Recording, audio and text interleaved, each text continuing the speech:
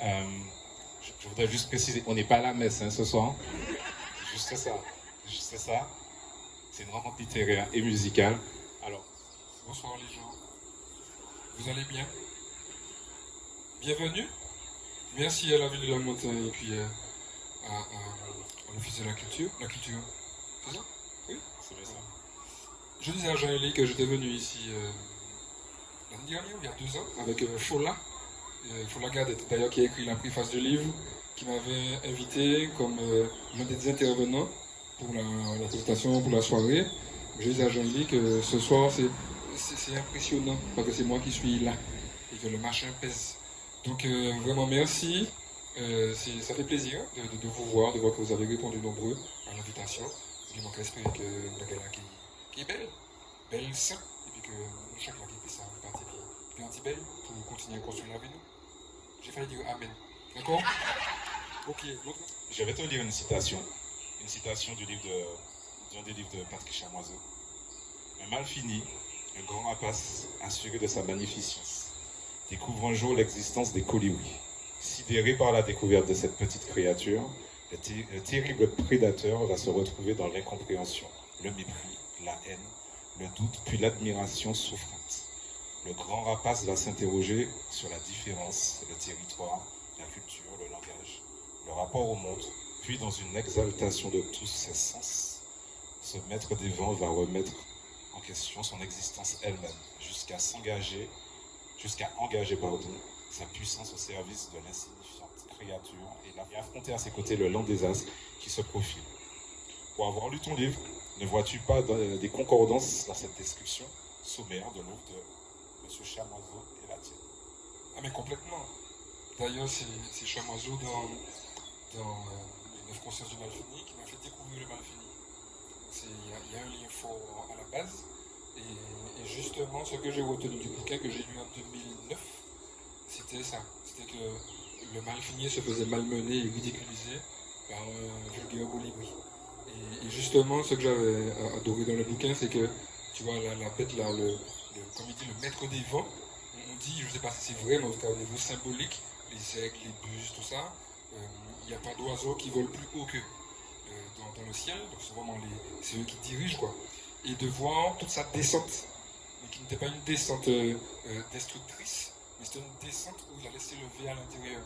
Et tout le cheminement de la bête m'a complètement bouleversé. D'ailleurs, là, je suis rarement resté indemne des lectures de Chamoiseau, mais là, vraiment, je me suis dit, waouh, c'est fort.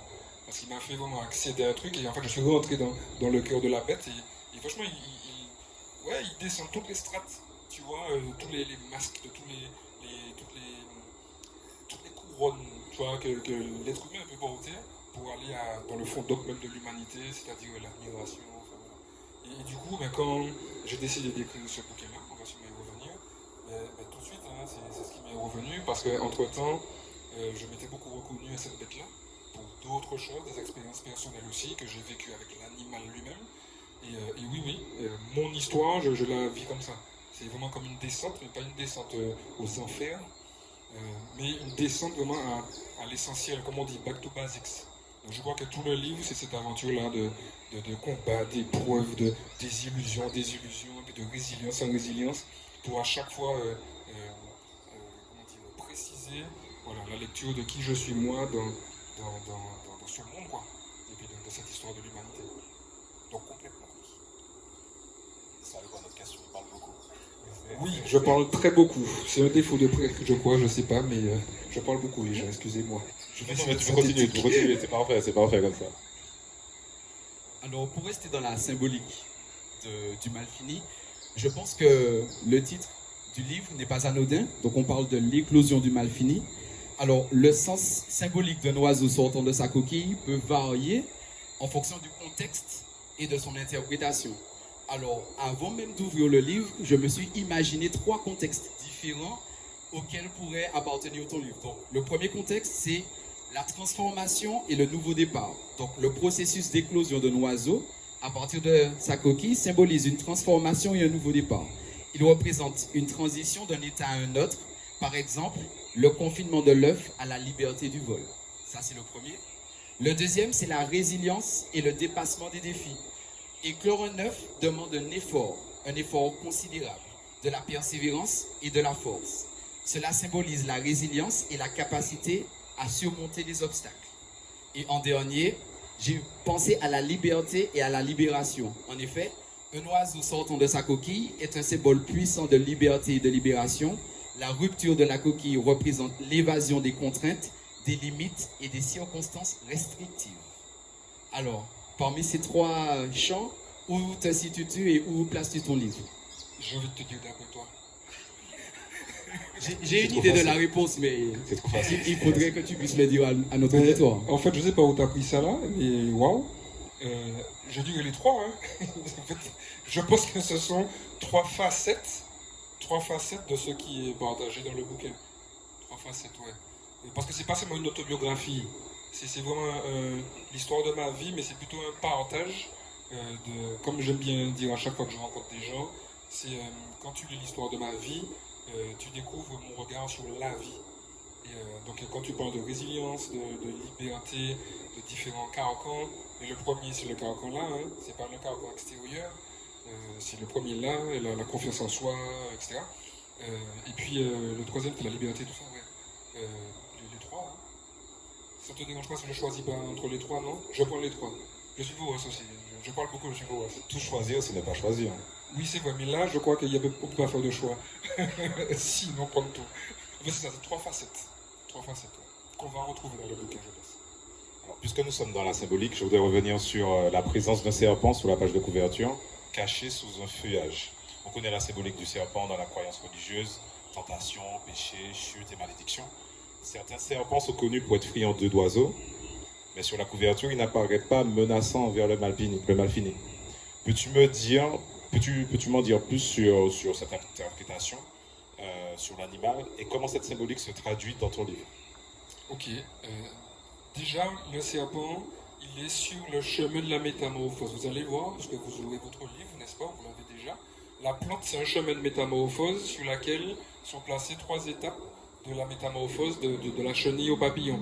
Donc il y a une chenille, une chrysalide et un papillon. Et la fleur elle-même, à la fin, c'est la chrysalide qui s'ouvre, de laquelle sort non pas un papillon, comme on s'y attendrait, mais un oiseau. Et pour moi, l'idée de ça, c'était que quand tu suis bien ton chemin de transformation, tu risques de devenir beaucoup plus que ce à quoi tu te crois destiné. Quand la chenille rentre dans la chrysalide, elle sait qu'elle va devenir un papillon. Et là, si tu suis le chemin de métamorphose, tu vois qu'il y a de grosses surprises à la clé. Un petit clin d'œil à l'œil de la connaissance que vous allez voir sur les pétales, parce que pour moi, pas de métamorphose sans connaissance. C'est pourquoi je suis allergique à l'ababatitude. Ne nous laissons pas ababatiser par les différents moyens autour de nous et en nous. Et le serpent, en fait, qui n'est pas menaçant, mais qui l'est quand même. On va le retrouver dans les différentes illustrations dans le livre. Le serpent, pour tout ce que tu as dit, pour moi, il n'est pas n'importe où. Il est entre les feuilles, comme tu l'as remarqué. C'est-à-dire qu'il est sur la plante, donc sur le chemin de la métamorphose. Pour moi, c'est une façon de dire que les obstacles, les tentations, tout ça, font partie du chemin de la métamorphose. Que, elles n'ont pas empêché la chenille de devenir un oiseau. Donc les obstacles ne sont jamais un frein à ta métamorphose. C'est toi qui décides si c'est un frein ou une stimulation. Et deux, ça fait vraiment partie. Les obstacles, les tentations ne sont jamais des bâtons jetés dans tes roues, mais ça fait partie. Donc n'essaye pas de passer à côté des obstacles, sinon tu passerais à côté de ta métamorphose. Donc je dis qu'il n'est pas agressif et en même temps oui, parce qu'il ne va pas vers le mal fini, mais sa présence elle-même, elle est inquiétante. Parce que justement, tu vois, il est roublant, on va le voir dedans, entre des racines, on va toujours le deviner. Pourquoi? Parce que justement, les obstacles ne sont pas toujours grosso modo. Vous voyez, souvent, ils sont délicats. Voilà, c'est ce que j'ai voulu montrer. Là, il y a un gros big up à Haute Brouillé. Vous avez son nom en quatrième de couverture. Allez voir ça sur Instagram. C'est une amie, une sœur de cœur, artiste, qui est rentrée dans le projet et qui l'a très bien réalisé selon moi. Donc rien n'est laissé au hasard. Rien, frère. Rien, chaque détail. À part la longueur des feuilles, mais sinon, rien n'est laissé au hasard. Là, quand tu décryptes l'image, tu as le teasing du livre. Alors, je me suis dit que pour un ancien prêtre, que l'autobiographie, c'est quand même un exercice périlleux. Et par rapport à ça, je me suis dit que quelqu'un qui se lance dans une autobiographie doit au moins s'engager dans un processus littéraire qui s'appelle le pacte autobiographique. Donc le pacte autobiographique consiste à quoi? Il consiste à se montrer tel qu'on est, quitte à se ridiculiser ou à montrer ses défauts. Alors pour avoir lu le livre, je pense que tu n'as pas hésité à te ridiculiser, à montrer tes défauts. Mais je voulais savoir, au-delà de ce pacte, il existe aussi des limites inhérentes à l'exercice autobiographique, telles que les souvenirs déformés, la subjectivité, ainsi que la protection de la vie privée. Donc, la question que je me pose, c'est comment as-tu surmonté ces obstacles dans ton processus d'écriture et quel aspect de ces obstacles a été le plus difficile pour toi dans l'écriture de ton livre? Élégant, préparer leur interview. Et ils sont sérieux, hein? Vive le lamentin. Merci. Oui. Alors déjà, comment j'ai fait pour... j'ai vécu ça. Je ne connaissais pas le terme là, de pacte autobiographique, mais pour moi, c'était évident que si je parlais de moi et de ma pensée, puisqu'en fait, c'est une livraison de ma pensée au fil des étapes de ma croissance. C'est pas seulement raconter ma vie, enfin, voilà. Mais c'est voilà, en profondeur, comme je disais tout à l'heure. Je me suis dit, mais je ne peux pas être faux avec les gens, tu vois. Surtout que c'était une façon pour moi de me présenter moi-même, puisque en tant que prêtre, j'ai eu 1000 vies, quoi. J'étais une télénovelas à moi seul, tu vois. Je me suis entendu raconter plein de vies que moi je ne connaissais pas. Et là, je me disais, il faut que je me présente tel que je suis. Et effectivement, j'ai eu des bugs comme ça, notamment sur des événements avec ma famille, où j'avais un souvenir, et du coup, pour le vérifier, je demandais à des gens. Donc je demandais à mes soeurs, etc. Et de fait, j'avais commencé à écrire quelque chose, et comme j'ai 2 grandes sœurs, hein, et l'une des deux, qui était présente au moment de l'événement, m'a dit, mais non, mais c'est pas ça qui s'est passé. Je dis, bien sûr, mais non, une telle n'était pas là. Et oui. Donc j'ai contacté une telle, elle m'a dit, oui, oui, j'étais là. Ah, mais voilà, tu vois. Enfin, bon. Donc c'était vraiment ça. Et puis il y a des moments où je me suis dit, mais en fait, c'est même pas important que ce soit véridique ou pas, parce que c'est le souvenir que moi j'en ai. Moi, c'était aussi une aventure. Comment dire? Ce sont les différents aspects de la vérité.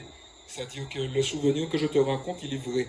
Après, parce que je m'en souviens comme ça, tant que l'intention n'est pas de le grossir ou je sais pas quoi, hein, tu vois. Mais les erreurs que j'en ai, en fait, elles font partie du souvenir, tu vois. Bon. Et du coup, c'était quoi ta dernière question? Mais justement, comment tu as surmonté les obstacles vis-à-vis de la mémoire, Ouais. aussi de la protection de la vie privée, parce que j'ai remarqué qu'au début du livre, tu parles de certaines personnes sans jamais les citer, sans jamais les nommer, mais ça, bon, je vais revenir dessus Oui. plus tard. Ok. D'accord. Ouais. Et est-ce qu'il y a eu aussi, est-ce que tu as pu t'entretenir avec certaines personnes, à savoir si elles avaient envie d'apparaître dans ton livre ou pas, et comment tu as géré ça? Ok, non. J'ai fait mes affaires. Sauf pour non, même pas mes soeurs, je les ai informées que, d'ailleurs, comme ma mère, j'ai dit à ma mère que j'avais écrit un livre. Elle m'a dit, ah, comme elle m'a dit, oh, machin.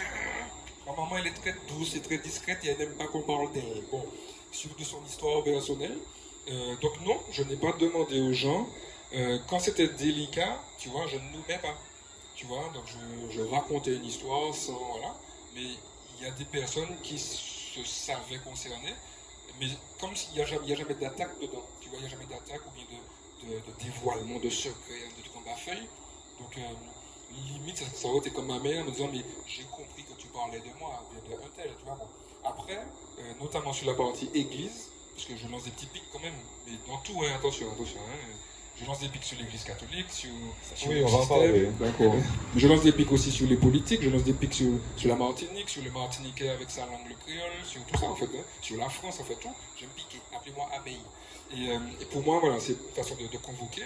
Et bien, quand je piquais certains milieux, notamment dans l'église, je me suis dit, oula, attends, il faut être bien sûr que ce que je dis ne soit pas mal interprété pour ne pas que ce soit vu comme une attaque ou je sais pas quoi, tu vois.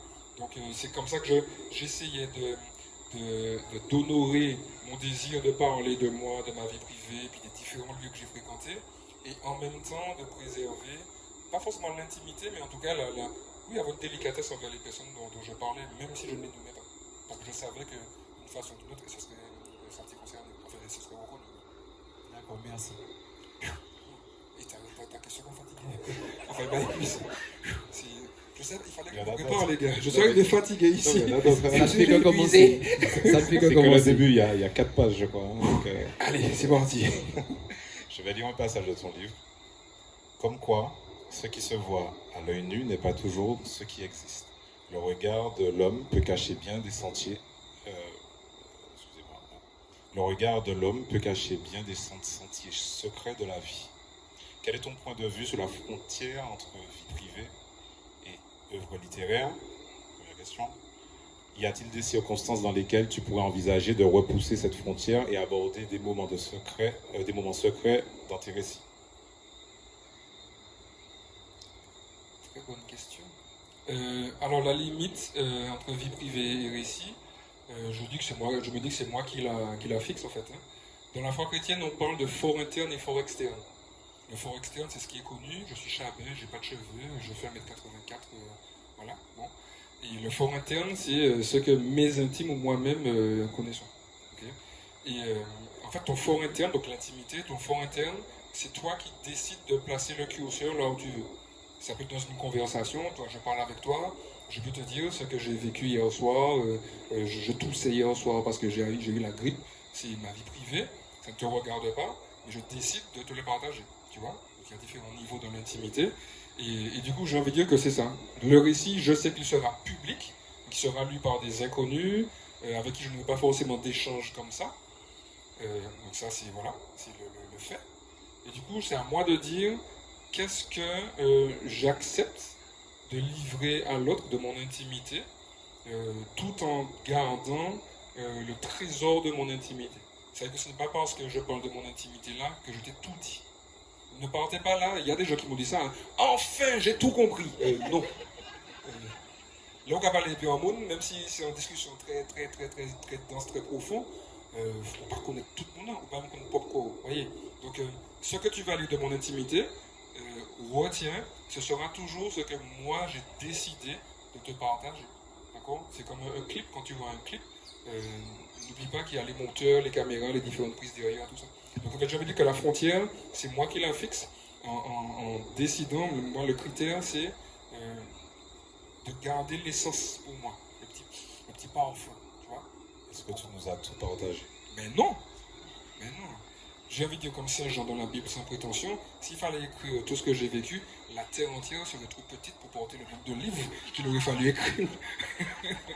Non, je ne vous ai pas tout partagé, j'ai vraiment fait des coupes de mon histoire, j'ai choisi les événements précis, j'aurais pu en mettre d'autres, j'aurais pu en retirer certains, mais pour moi c'était, voilà, j'ai beaucoup prié en écrivant le bouquin, parce que je l'ai pris vraiment comme une mission, et à chaque fois je demandais à Dieu, mais Seigneur, mais qu'est-ce que tu veux que je donne aux gens?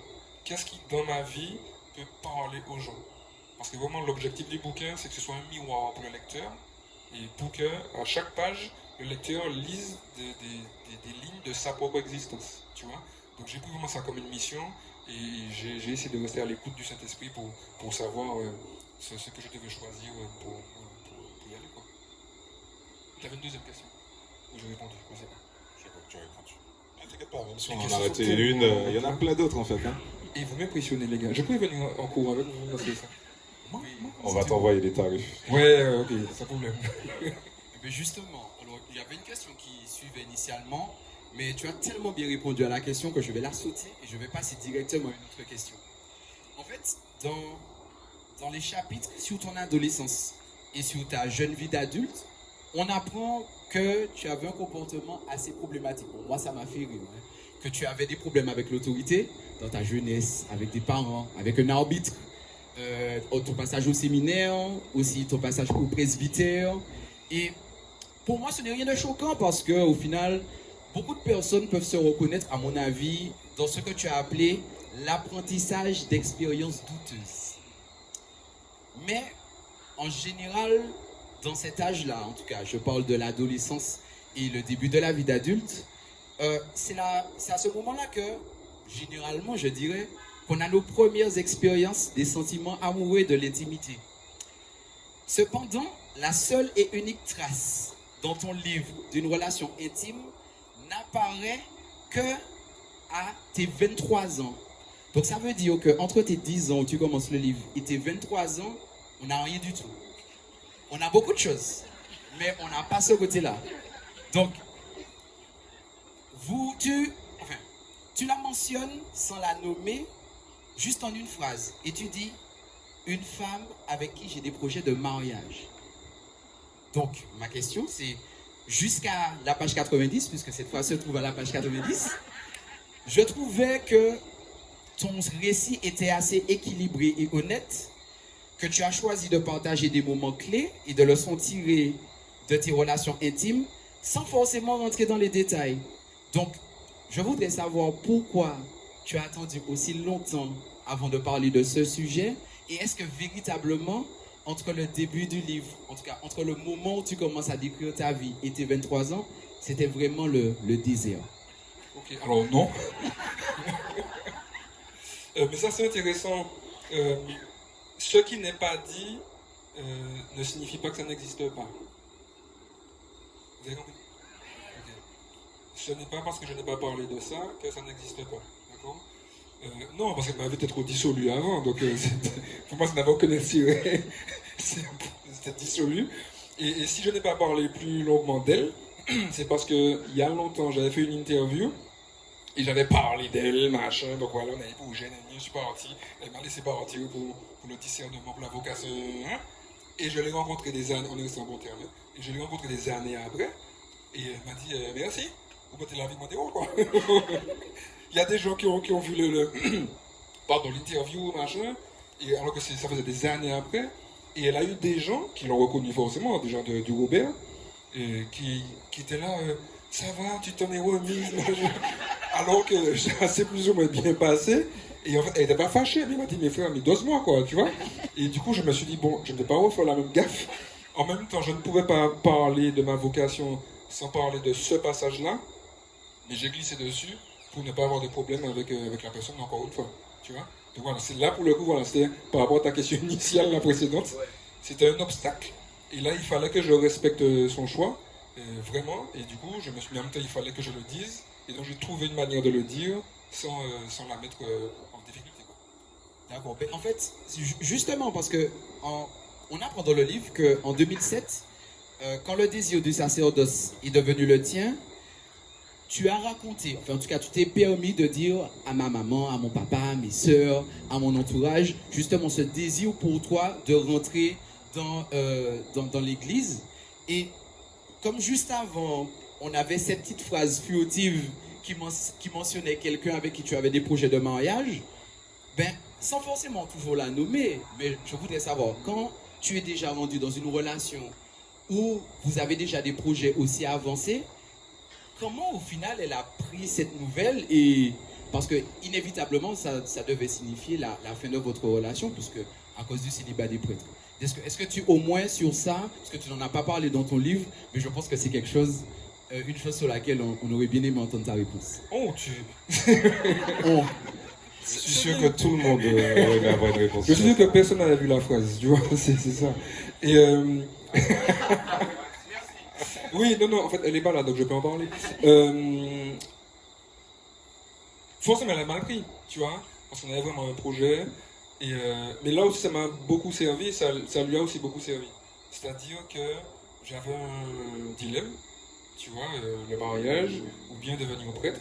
Et malheureusement, comme en Occident, les prêtres ne peuvent pas être mariés, donc il fallait que je fasse un choix, qui n'est pas un vrai choix en réalité.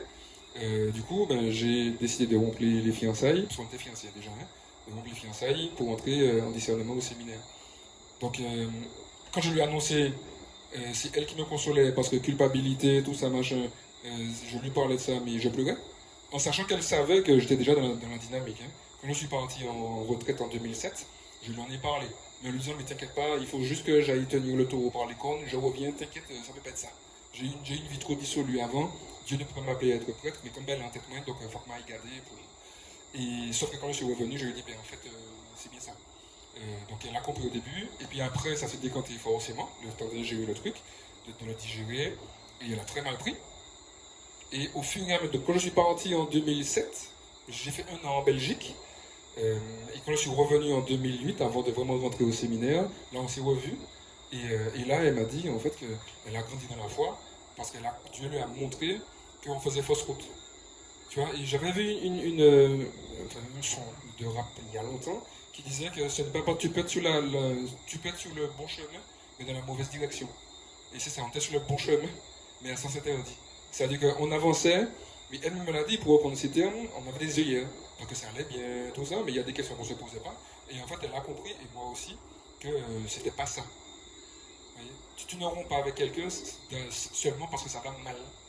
Tu peux rompre avec quelqu'un parce que ça va bien, mais en fait, tu sens que c'est pas ça. Voilà. C'est bon, j'ai. Oui, tu as répondu à la question. Mais est-ce que justement le fait de ne pas en parler dans le livre, c'est aussi un moyen de passer pour le gentil aux yeux du public, aux yeux des gens? Ah non, pas du tout, parce que c'est pas être méchant que d'avoir fait ça. Non, pas du tout. C'est que pour moi, comme je disais, j'ai vraiment vécu ce livre-là comme une mission, et pour moi, il n'y avait pas de pertinence à le partager. Tu vois, justement, le fait d'avoir évoqué le truc, enfin, pas l'événement, la période, on va dire, justement, tu vois, c'est un truc à demi-mot, mais qui dit beaucoup. Et que je En sais fait, que. tu me dis qu'on est des maquerelles, en fait, c'est ça. Non, c'est- c'est pas. c'est- Non, non, c'est que ça. vous êtes intelligent et fin intellectuellement pour que lorsque tu vois une phrase glissée comme ça, tu comprennes, comme tu l'as compris.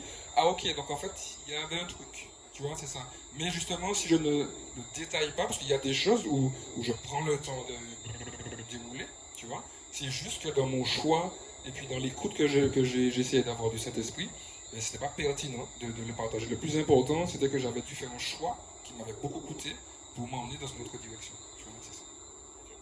Alors, on a dénombré 17 passages où tu parles de liberté, de façon Les gars directe sont ou forts. indirecte. Maman. On en a peut-être raté quelques-uns, mais on en a compté au moins 17. Ok. Alors, comment tu définirais la liberté selon tes perspectives personnelles? Quels sont dans ton livre les passages qui illustrent les défis ou les dilemmes complexes liés à la liberté? Et dans notre société, peut-on totalement être libre? Ok.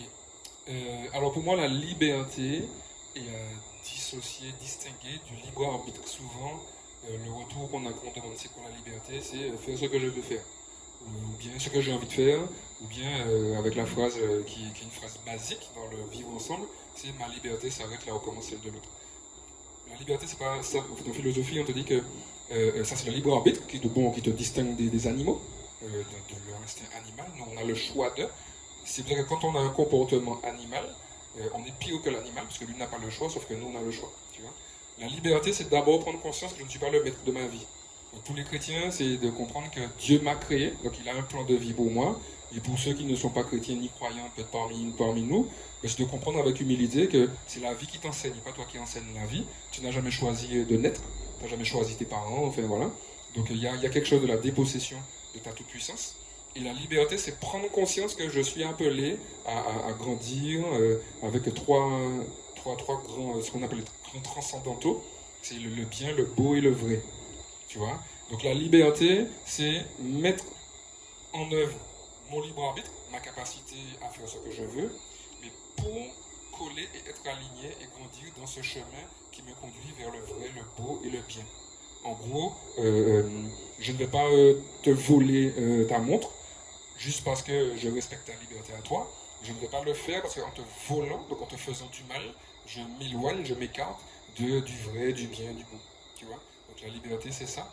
Et je vois une sœur qui fronce les sourcils, tu pourras poser une question après pour si on veut, si on veut, si tu veux préciser, parce que c'est très important hein, selon moi. Et dans mon bouquin, oui, complètement. Tu vois, quand je suis allé traîner sur les blocs, donc les blocs c'est les places, vous savez les petits gars qui fument le drogue là, tout ça là. Et ben quand je suis allé là, c'est parce que j'estimais que chez moi j'étais prisonnier. Parce que j'avais une famille et je les ai remerciés, hein, mon papa et ma maman, jusqu'à présent, de l'éducation qu'ils nous ont donnée. Je les ai remerciés après coup, pas sur le moment, parce que je pensais justement qu'ils ne m'aimaient pas. Parce que je regardais mes amis, ils faisaient ce qu'ils voulaient. Tu veux que je grandis en cité, donc ça va vite, tu vois, les bandes, tout ça. Et comme je ne pouvais pas faire ce que je voulais, donc pour moi, mes parents me bridaient. Et du coup, je suis allé chercher la liberté. Et d'ailleurs, l'un des chapitres commence par une partie d'un refrain, d'une chanson que j'avais écrite. Monte Carlo chercher la liberté, mais c'est le moment de me trouver. Tu vois, et c'est ça. Donc les écueils, c'est ça, c'est croire que je serai libre quand je pourrai voler de mes propres ailes, ne plus avoir de compte à rendre à personne, faire ce que je veux, tout ça. Et j'ai vu à quel point ça m'a fourvoyé. Et pour ta dernière question, oui, on peut complètement être libre dans la société, puisque la liberté, elle se passe à l'intérieur. Tu vois, l'alignement. C'est pas le maire, c'est pas mes parents, c'est pas qui me tracent un chemin. Je suis moi. Et du coup, c'est moi avec mon histoire. Tu vois, moi avec ma destinée. Et ma destinée n'est pas mon destin. Donc mon chemin tracé, ma promesse. Et du coup, ben, quelles que soient les obligations, quelles que soient les restrictions extérieures, le plus bel exemple pour moi, c'est en prison. Vraiment, j'ai beaucoup fréquenté la prison par rapport à mon ministère, tout ça. Enfin, pas la prison, mais les gens qui sont dans la prison. Vous avez compris. La prison, c'est des murs. Et ben, c'est exactement ça. Tu vois, ils sont dans des barreaux, certains passent près de 22 heures par jour dans leur cellule. Et pourtant, j'ai vu des gars et des filles transformés. Tu vois, transformés, qui ont grandi spirituellement, qui ont grandi humainement. Tu vois. Donc, le paroxysme de ça, c'est la prison.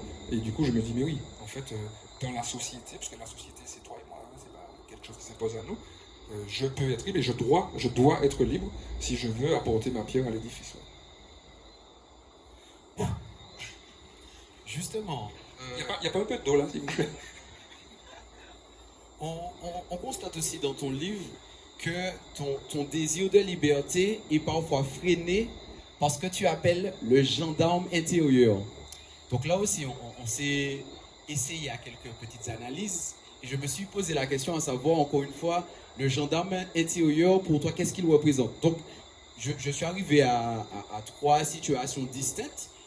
Et donc, le gendarme intérieur peut représenter la conscience morale. Donc, le gendarme intérieur présente notre capacité à distinguer le bien du mal et à prendre des décisions en fonction de nos principes éthiques.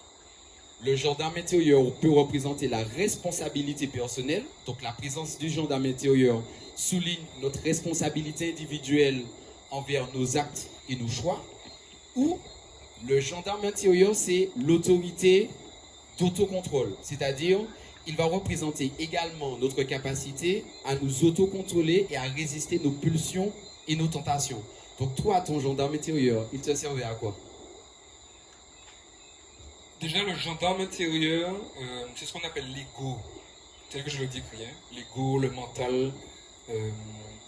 Tu vois, c'est cette version de toi qui a mis des choses en place, des mécanismes en place à une époque pour te protéger, mais qui n'a pas compris que avec le temps, tu es sorti du danger. Et du coup, les mécanismes que toi-même, en fait, tu t'es mis, ta psychologie, tout ça, tu t'es mis pour te protéger dans un événement précis, ben, aujourd'hui deviennent une prison pour toi. Et c'est pour ça que souvent, on veut combattre l'ego, on veut s'en débarrasser, machin. Mais en fait, il faut juste, enfin, il faut, selon moi, enfin, c'est pas que selon moi, parce que ça ne vient pas de moi, mais je suis en phase avec. Il faut juste le rassurer. Lui dire, ok, j'entends, et c'est ce que j'ai vécu plusieurs fois et que je vis encore aujourd'hui, j'entends que tu me dis que je ne suis pas capable d'écrire un livre. Ok, j'entends en fait derrière ça que tu as peur. Eh ben, oui, c'est vrai, j'ai peur, mais je vais y aller quand même. Tu vois, c'est ça. Et du coup, le gendarme intérieur, soit il te disqualifie, enfin, soit tu te laisses disqualifier par lui, ou soit tu prends le temps de l'écouter comme nos émotions. Comme nos émotions, colère, peur, machin, joie, tout ça, tristesse et tout. Soit tu les écoutes, donc l'écoute-lui, le gendarme intérieur, pour entendre ce qu'il te dit de toi. Et du coup, ça me permet à chaque fois de... parce que je ne veux pas me laisser disqualifier par lui, donc c'est par moi, vous avez compris, cette petite voix à l'intérieur, là. Et du coup, je me dis, mais ok, mais s'il me dit ça, c'est qu'il y a eu un danger à une époque, et bien aujourd'hui, à moi de me prouver aussi que c'est cool, c'est ok, que mon est allé, quoi. Donc en fait, c'est une balise pour moi, pour me dire, attention, danger. Mais le piège, c'est de rester là, dire, ah ouais, non, il y a un danger, de ne pas aller, tu vois. Non, j'ai pas confiance en moi, bon. Et dire, non, qu'il y a un danger, mais j'ai noté, est-ce que je suis capable d'y aller? Je jauge. Et puis oui, j'y vais, tu vois. Donc voilà, c'est ça, moi, ce que j'appelle enfin, la façon dont je décris dans l'intérieur dans le bouquin. Merci. Tu peux boire. C'est un plaisir. Le son gardien. Alors, je peux te poser la question avant. Alors, dans ton livre, on te voit égratigner fortement les institutions que sont l'école et la justice. En effet, certains pourront se reconnaître dans tes propos quand tu dis aimer apprendre, mais ne pas aimer l'école. Alors, selon l'Observatoire régional pour l'emploi et la formation, le décrochage scolaire est important. En effet, 64% des jeunes martiniquais de moins de 30 ans se retrouvent sans diplôme. Donc on va faire un petit jeu. Si tu étais ministre de l'Éducation, avec le pouvoir de réformer le système scolaire, quelles seraient tes premières mesures? Renoncer à une idéologie éducative qui, selon moi, est franco-française. Tu réponds trop vite, ça fait genre on a préparé les questions. En fait. Non, mais ça va vite à l'intérieur. Donc, pendant que tu poses la question, Ouais, c'est ça. Parce que pour moi, l'éducation nationale, et je précise, hein, tout en honorant les professeurs, les efforts qui sont faits, mais le système de l'éducation nationale, pour moi, ne convient plus, en fait, en tout cas, ne convient pas. Parce que c'est pas que de l'éducation, on sent vraiment qu'il y a une idéologie, en fait, derrière. Et moi, l'une des meilleures images que j'ai vues sur Internet, parfois il y a de belles choses hein, sur les réseaux, c'est cette image, pour décrire ça, c'est l'image où tu as un homme assis derrière une table dans la jungle, et puis tu as une girafe de différents animaux. Et puis il dit, pour vous sanctionner, vous sanctionnez votre travail, vous allez tous passer la même épreuve, c'est grimper à l'arbre. Mais tu as une girafe, un éléphant, un crocodile, un macaque, tout ça. Bon. Et en fait, pour moi, c'est un petit peu ça, l'éducation nationale. Donc, j'aurais renoncé, française en tout cas, j'aurais renoncé à une idéologie, et puis vraiment écouter les professionnels, et pas seulement le cercle, parce que, d'ailleurs, on le sent en Martinique, il y a pas mal d'écoles privées qui naissent. Avant, c'était éducation nationale et école catholique, mais aujourd'hui, il y a plein d'écoles privées, on va Montessori, etc., qui naissent parce que les parents sentent bien qu'il y a un truc qui ne va pas, quoi. Tu vois, encore une fois, je précise, hein, sans juger, critiquer l'éducation nationale, le public, etc., ni les profs, ni les élèves. Tu vois, donc écouter les professionnels de différents corps de métier en lien avec l'éducatif, et puis entendre l'avancée des civilisations. Aujourd'hui, on n'éduque pas les enfants comme il y a 50 ans.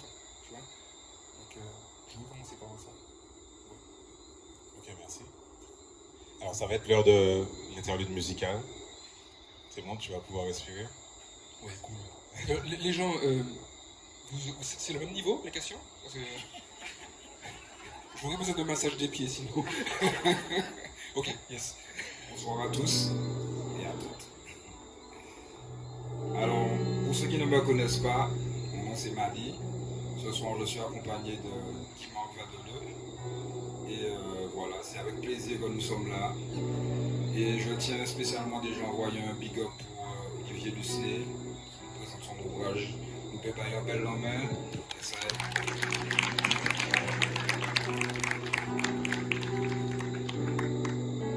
Alors c'est un exercice qu'on n'a pas l'habitude de faire, mais ce soir on va innover.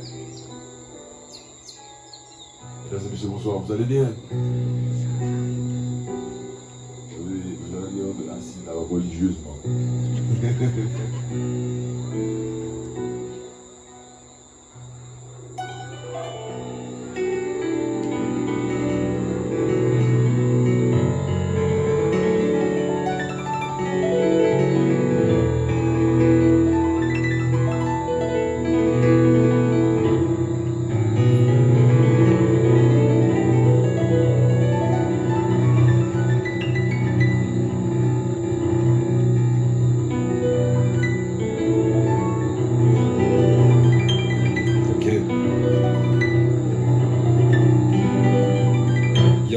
Cavrier en big force, bassa qui aimait la nati. Les mains qui sorti qu'elle m'aime pas envie de partir.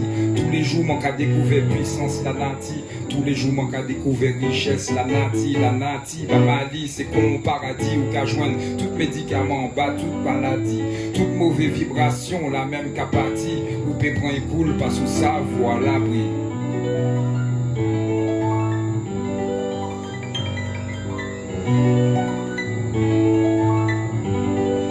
Respecter la nati.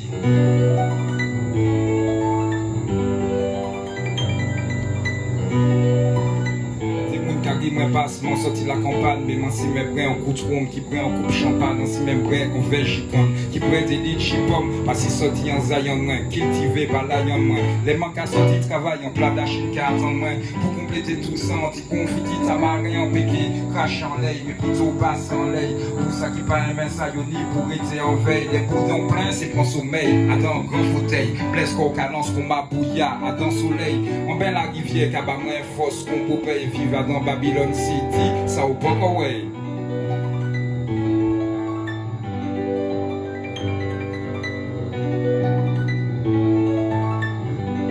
Nous qu'à respecter la nati.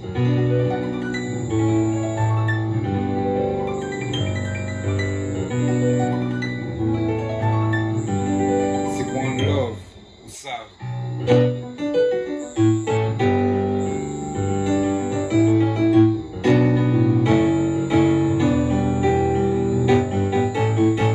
Yes. Merci beaucoup. Ce premier titre s'appelle La Nati. Et voilà, nous allons enchaîner avec d'autres. Est-ce que la vibe est bonne? On comprend bien les lyrics? Ça va? On continue? La montagne, vous êtes là ou quoi? Alors je veux voir une main en l'air comme ça. Tout le monde, tout le monde, tout le monde, tout le monde.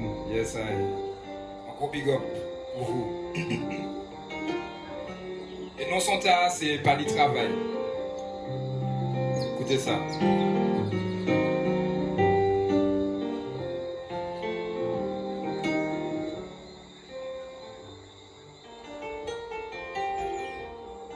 Et maman. Fier sorti Martinique, c'est un bel pays. On dirait pas nous ça qu'il faut, nous c'est un peuple béni. Nous ni la natique, et nous c'est un paradis. Mais nous quitter comme nous envahis par différentes maladies. Chômage, échec social, il y a des mots dans la ria qui dans l'échec total, vous savez. Trop de différence, trop indifférence. En criminalité, nous venons en référence d'échéance. Tous les niveaux, ça pas facile. Certains qui ont pété en cap et qui ont fini l'asile hostile. Ça finira des gens qui n'ont pas ni travail, même et puis diplôme, ça pas si facile. Actuellement, obligés, nous organiser, nous c'est des jeunes. C'est si nous, les parents qui ont misé, nous ça fait ça, ni en temps pour doser, en nous mettez comme nous en route, même si nous savons que. Nous savons, pas ni l'argent. On toujours dit qu'au pays, nous n'y en potentiel. À nous dit exploiter, ouvrier, nous potentiel. Nous savons, pas ni l'argent. Nous parfois dans le sport seulement, nous ni des cerveaux qui réfléchissent concrètement. On toujours dit qu'au pays, nous n'y en potentiel. À nous dit exploiter, ouvrier, nous potentiel. Nous pouvons faire l'eau bagaille, mais bien souvent nous pèse l'aide, nous pouvons mettre comme nous en route, nous pouvons que nous paie. Nous parfois dans le sport seulement, nous ni des cerveaux qui réfléchissent concrètement, trop bêtement. Nous qui découragé comme nous vitement, le bâtel la matin, il sait qu'on yoga nous physiquement, musique non. On peut pas vivre et puis ça seulement, il faut que tu as payé l'impôt qu'a fait en seulement, actuellement. Nous besoin force gêner les anciens, montrer que nous capables de vivre, que nous c'est des gens bien. Pas ni travail, pas ni l'argent, mais ni courage et puis talent, nous vancer et puis ballants, nous antillais, nous vaillants, nous motivés, nous gagnants. Vraiment, on nous mettait comme nous en route, chanter et puis nous, oui, oui. Pas qu'attendre. On toujours dit qu'au pays, nous n'y en potentiel. À nous dit exploiter et prouver nous potentiel. Oui, oui.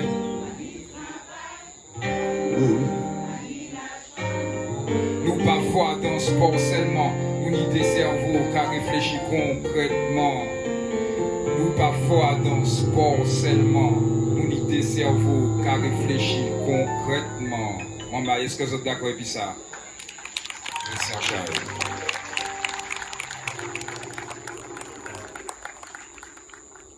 Et des fois, nous pouvons mettre que nous dans des qualités tripes, que nous dans des rêves ou bien des cauchemars.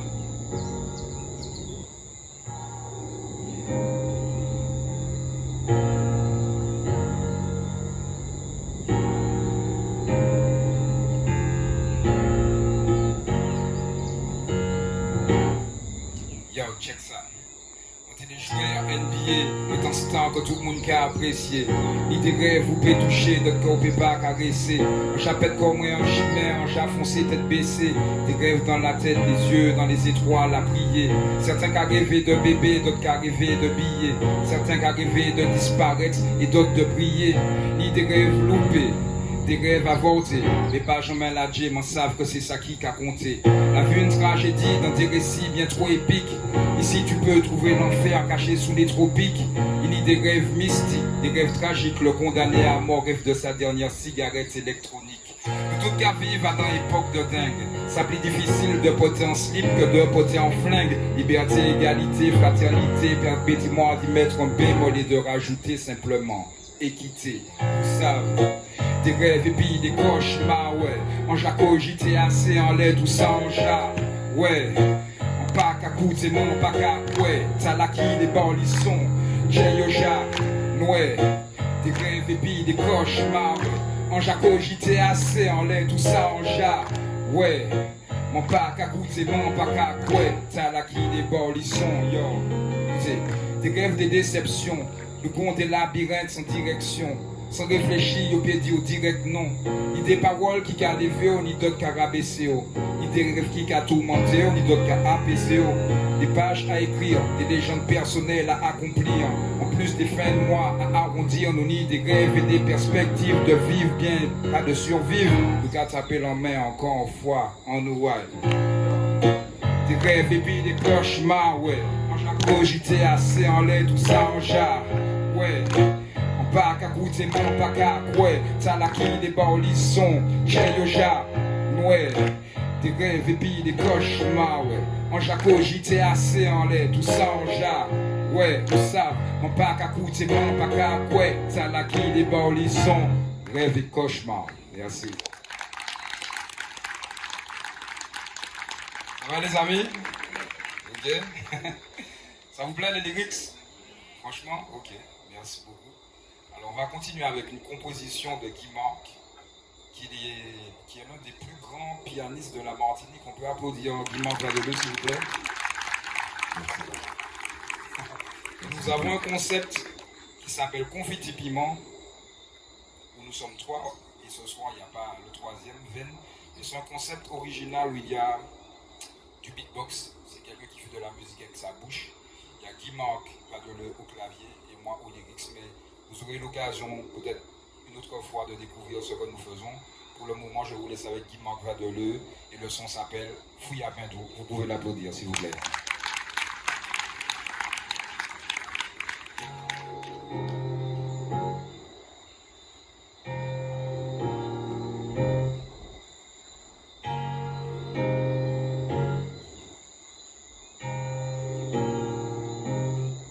Laissez-nous couler là pour moi glisser, près de moi aller. La vie coule les aïeux, moi chapi, et près de moi monter. J'ai qu'on fait fromage, et moi voyager, goûter, en saillant tout, et moi la nuit, moi la cité. Moi laisser soleil caresser la peau, moi chauffer et près de moi aller. Puis coule les aïeux, moi chez moi, mon fazer. Les gens qu'on va compter, moi voyager, goûter, en saillant tout, qui peut voir nous, qui peut voir nous. Tout bas, ça peut bâtir moins, qui nous couler l'essentiel, l'odeur sans gommer, nous serrons nos concours. À moins dire tout bas, ça peut bâtir moins, qui nous.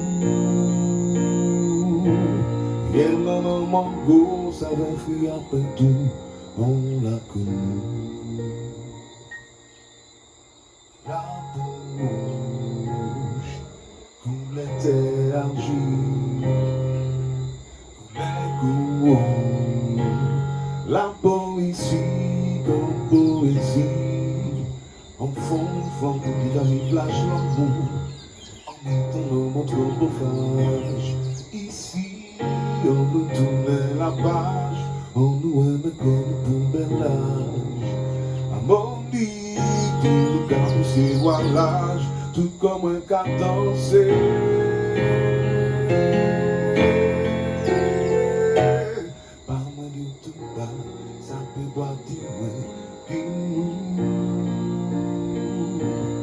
Coulait l'essentiel, l'odeur en sangomier, nous sommes dans coco. Le Dieu tout bas, ça peut boire du moins, les noms mango, ça va fuir un peu tout dans le commune.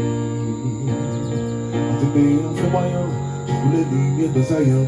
À tes pays en gommier, la balle des douces pour vaillant. À tes pays en pied Congo, la cible de l'eau en l'air au terre. À tes pays en pied mango, car mettez tous ces miens si la peau, moi à tes pays en pied fruits à pain. Achetez nos brises la counou. À des pays en pied citron, la jelly nous en sirop miel. À des pays en pied cicac, la levée de l'eau douce en bouche nous. À des pays en gros sol, la laissée chez nous à dans belle geste. Viens voir nous, l'homme au ciel.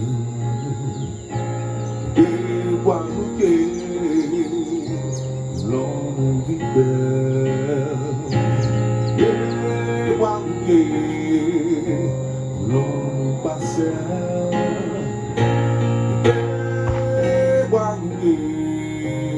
L'homme sans fiel. Tout bas, ça peut boire du coulait l'essentiel, l'odeur dans son combien, nous sommes dans mon coco.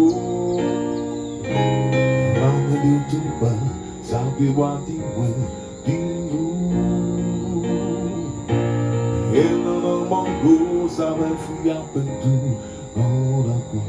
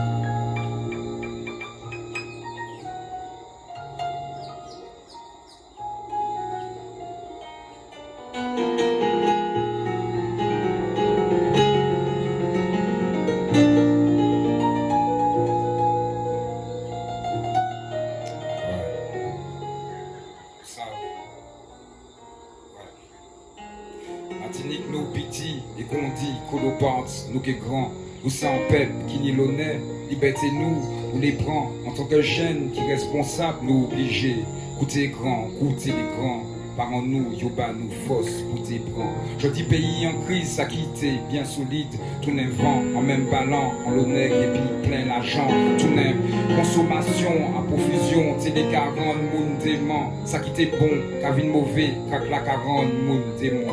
Il y a des fois, on a dit moins qui ça nous fait pour payer nous. Et ça chaud que nous river, les propres frères nous, qu'à trahir nous. Corruption a dans élection, longtemps ça jarre, envahit nous. Nous avons terrain agricole, pas en pep qui tiraille nous. On consterné, le temps des nègres a dit que yo pas concerné. Parce que, vous savez, yo ka boucher nous et puis crédit l'auto. Avant tout risque, à quoi nous ka vivre de bananes et puis coco. Nous t'es qu'à nous fouette. Maintenant nous à la baguette, si on les qui fait ça, nous qu'à répondre et puis les mitraillettes. Nous pas tébé, les timbrés, les cinglés, 150 planés après, c'est les mêmes là qu'a subi nous bonheur. Vous savez, nous qu'à prendre nous pour des connards. Pas ni égalité, pas raconter nous bobards. Département à part entière, nous entièrement à part et on y marque l'État français prend nous pour des attardés. Nègre en la rue, ça symbolique. Devant la Marseillaise en panique, sentiment patriotique. Ça. Anticolonialiste, anti-propos-fasciste. Mais j'ai qu'à piller pays, mais protégé par la police. En pile respect, bah les nègres là qui morts. C'est là nous mobiliser, nous ouais, nègres là plus fort. Plus respect, bah les nègres là qui morts. C'est là nous mobiliser, nous ouais, nègres là plus fort. En chaque respect, bah yo. En chaque love bah yo. En chaque respect, bah les ancêtres, ma des autres faire. En chaque applaudissement, bah yo s'il vous plaît. Fouille à peine Marc Vandelier.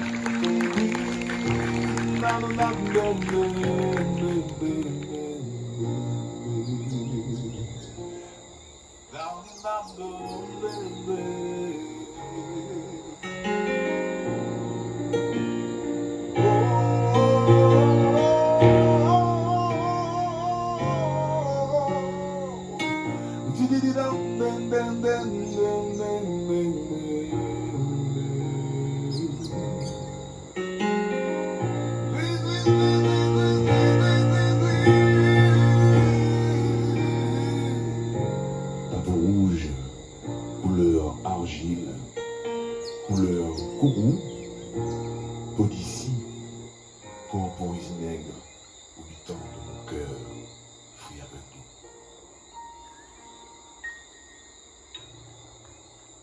C'est un chariot. Je précise que c'est un texte de Malik Duranty. Donc, vous pouvez l'applaudir aussi, monsieur Malik Duranty. Il y a un sujet qui me tient particulièrement à cœur, c'est la condition artistique. Souvent, nous, c'est des artistes, les publics là, pas ça va dans quelles conditions nous avons fait musique et comment il y a des fois l'artiste là pour arriver survivre. Donc, son talent écrit, non son c'est la vie artiste red. Et m'a présenté les autres textes là.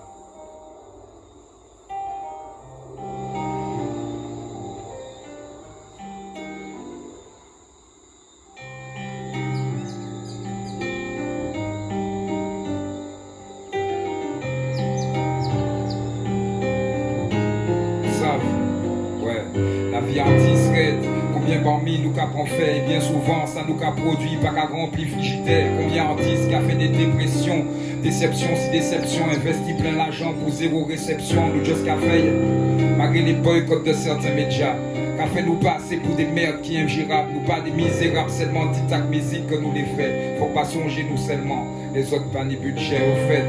Parole à graine mais véridique, public la carte fait plein critique. Nous si main consommer des contenus merdiques, parler de éthique, ça obsolète.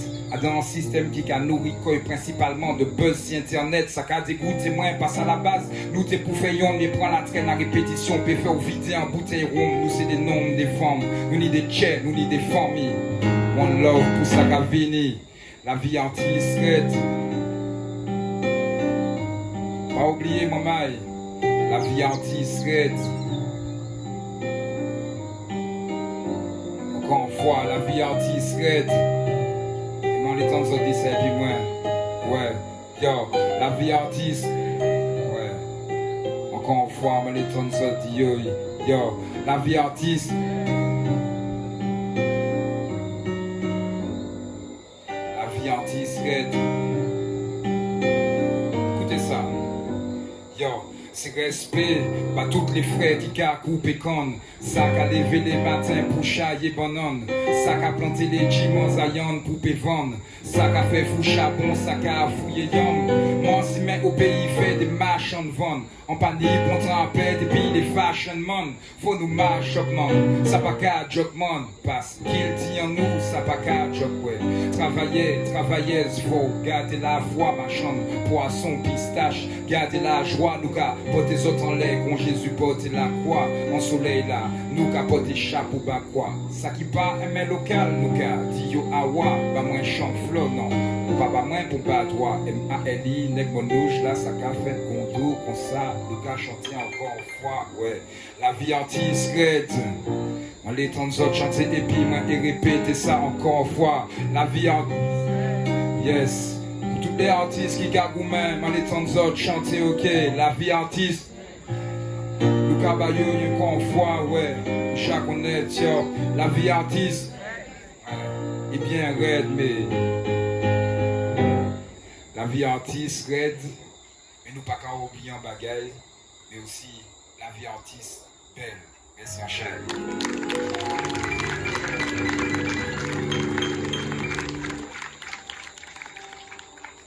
Ça va les amis? Quel pas entendre dernier parce que il y a un petit programme. Est-ce qu'il y a des gens qui aiment la Martinique ici? Le pays? Levez la main ceux qui aiment le pays. Ok, yes, ok. Préparez-vos portables parce que tout à l'heure je vais vous demander d'allumer les torches. Ok, donc on prend déjà le portable dans le sac, on se le sort de la poche. Yes, vous êtes même Martinique, maman? Ok, doucement là. Parce que le nous même Martinique, nous avons crié plus fort que ça. Vous êtes même Martinique, maman? Ok, on va.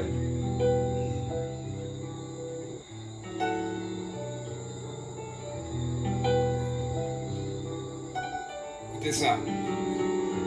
Pays moins c'est en paradis. Les soleils en bas la pluie.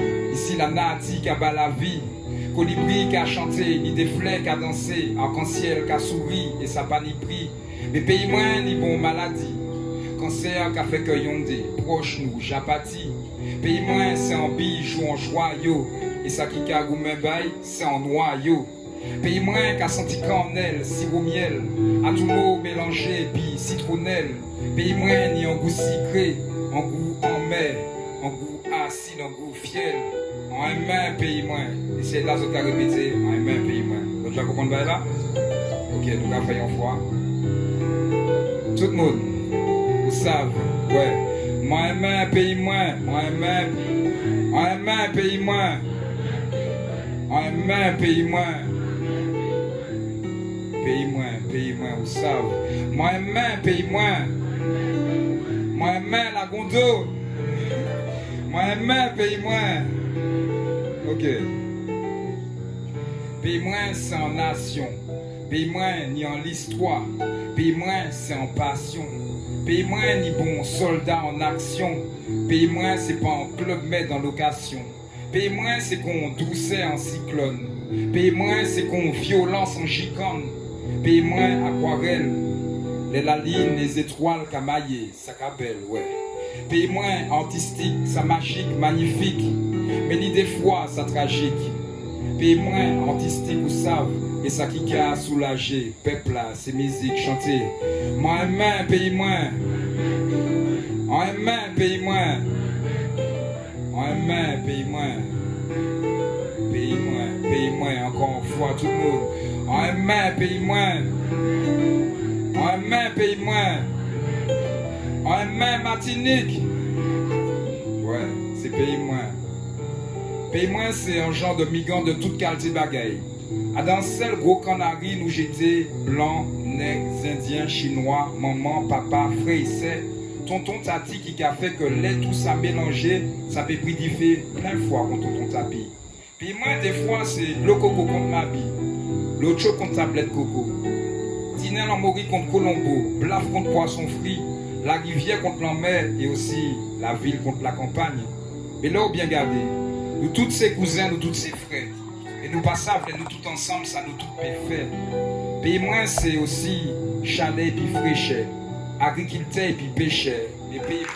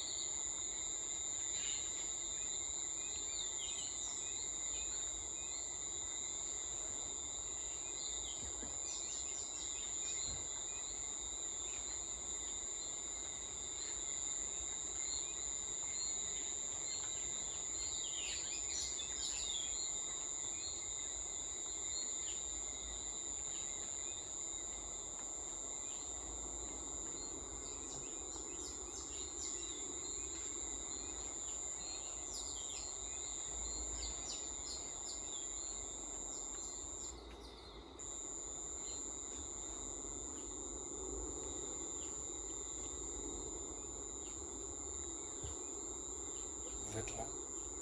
Ça va? Ils sont bons les frères, hein? deux frères. Quand j'ai appris qu'ils étaient à la programmation, je me suis dit, la belle connexion. Super. Ça nous a permis d'avoir de belles vibes. Avant de reprendre l'interview. On fait des trucs bien, non? Mais vraiment, hein, tu fais très bien. Nickel.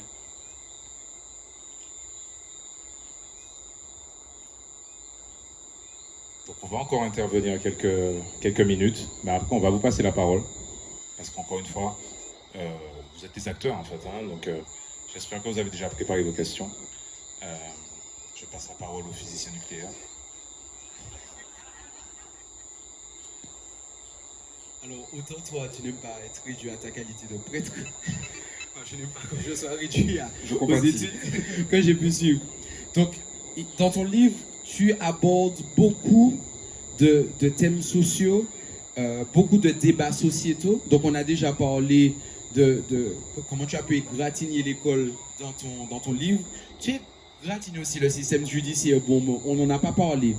Mais par contre, il y a bien une institution que tu égratignes beaucoup dans ton livre, et c'est l'Église catholique. Donc, j'ai compté. J'ai dénombré 34 critiques directes ou indirectes à l'intention de l'Église catholique. Donc là encore, on continue à faire le petit jeu. Tu imagines que tu as le pouvoir réformateur de l'Église catholique. Quelles seraient tes 3 plus grandes mesures en tant que réformateur?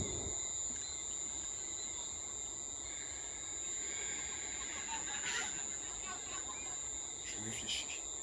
La première, pour moi la plus importante, c'est se désolidariser de passé monarchique, moyenâgeux, etc. Parce que comme toute institution, tu vois, elle a traversé les siècles et elle a pris au fur et à mesure, ce qui est normal pour une institution, différents codes, mais qui n'ont rien à voir avec le spirituel. Mais des codes qui sont devenus aujourd'hui autorités spirituelles, tu vois, et qui peuvent créer des choses. Donc déjà, oser me débarrasser de choses du passé qui ne sont plus adaptées aujourd'hui. Je vais dire revenir à l'essentiel de l'évangile, quoi. Même quand j'étais prêtre, je disais aux gars, mais les gars, puisqu'on a compliqué les choses. Jésus parle de grains de blé, de bœuf, de mouton, non pas de bœuf, oui, de bœuf aussi, de mouton, de brebis perdues, et nous on a fait de la théologie, et puis on part dans l'espace, tu vois. Donc revenir à l'essentiel, à l'essence de tout le monde, c'est bon, de l'évangile. Et puis, troisième, réforme. Peut-être être plus à l'écoute, de façon provocante, j'aurais envie de dire à l'écoute du Saint-Esprit, à l'écoute de ce que Dieu nous demande pour l'histoire, et puis à l'écoute des gens. Mais c'est pas à l'écoute seulement pour écouter, c'est pas un référendum, à l'écoute pour voir comment la réponse peut être plus adaptée, parce que le peuple, au-delà de l'Église, sortir des caracans, des cloisons, des murs de la paroisse, au-delà de l'Église, le peuple de Dieu, c'est l'humanité. Donc comment, avec mes codes religieux, je peux apporter une vraie réponse au peuple de Dieu, c'est-à-dire à l'humanité, quelle que soit leurs obédiences. Très bien. Ça va? Ouais, c'est pas mal. Alors, je précise, quand je gratte, comment tu as dit ça? Je gratte? Je gratine les institutions. Vous avez bien compris que ce n'est pas pour les attaquer. D'accord? C'est vraiment pour nous amener à réfléchir, parce que moi, ça m'amène à réfléchir, pour aller vérifier. C'est comme le zécal du coco. Quand tu retires le zécal, tu tombes sur le noyau, c'est pas pour détruire le coco. Voilà. Je précise parce que on sait jamais. Alors les Martiniquais te perçoivent comme un prêtre réformateur.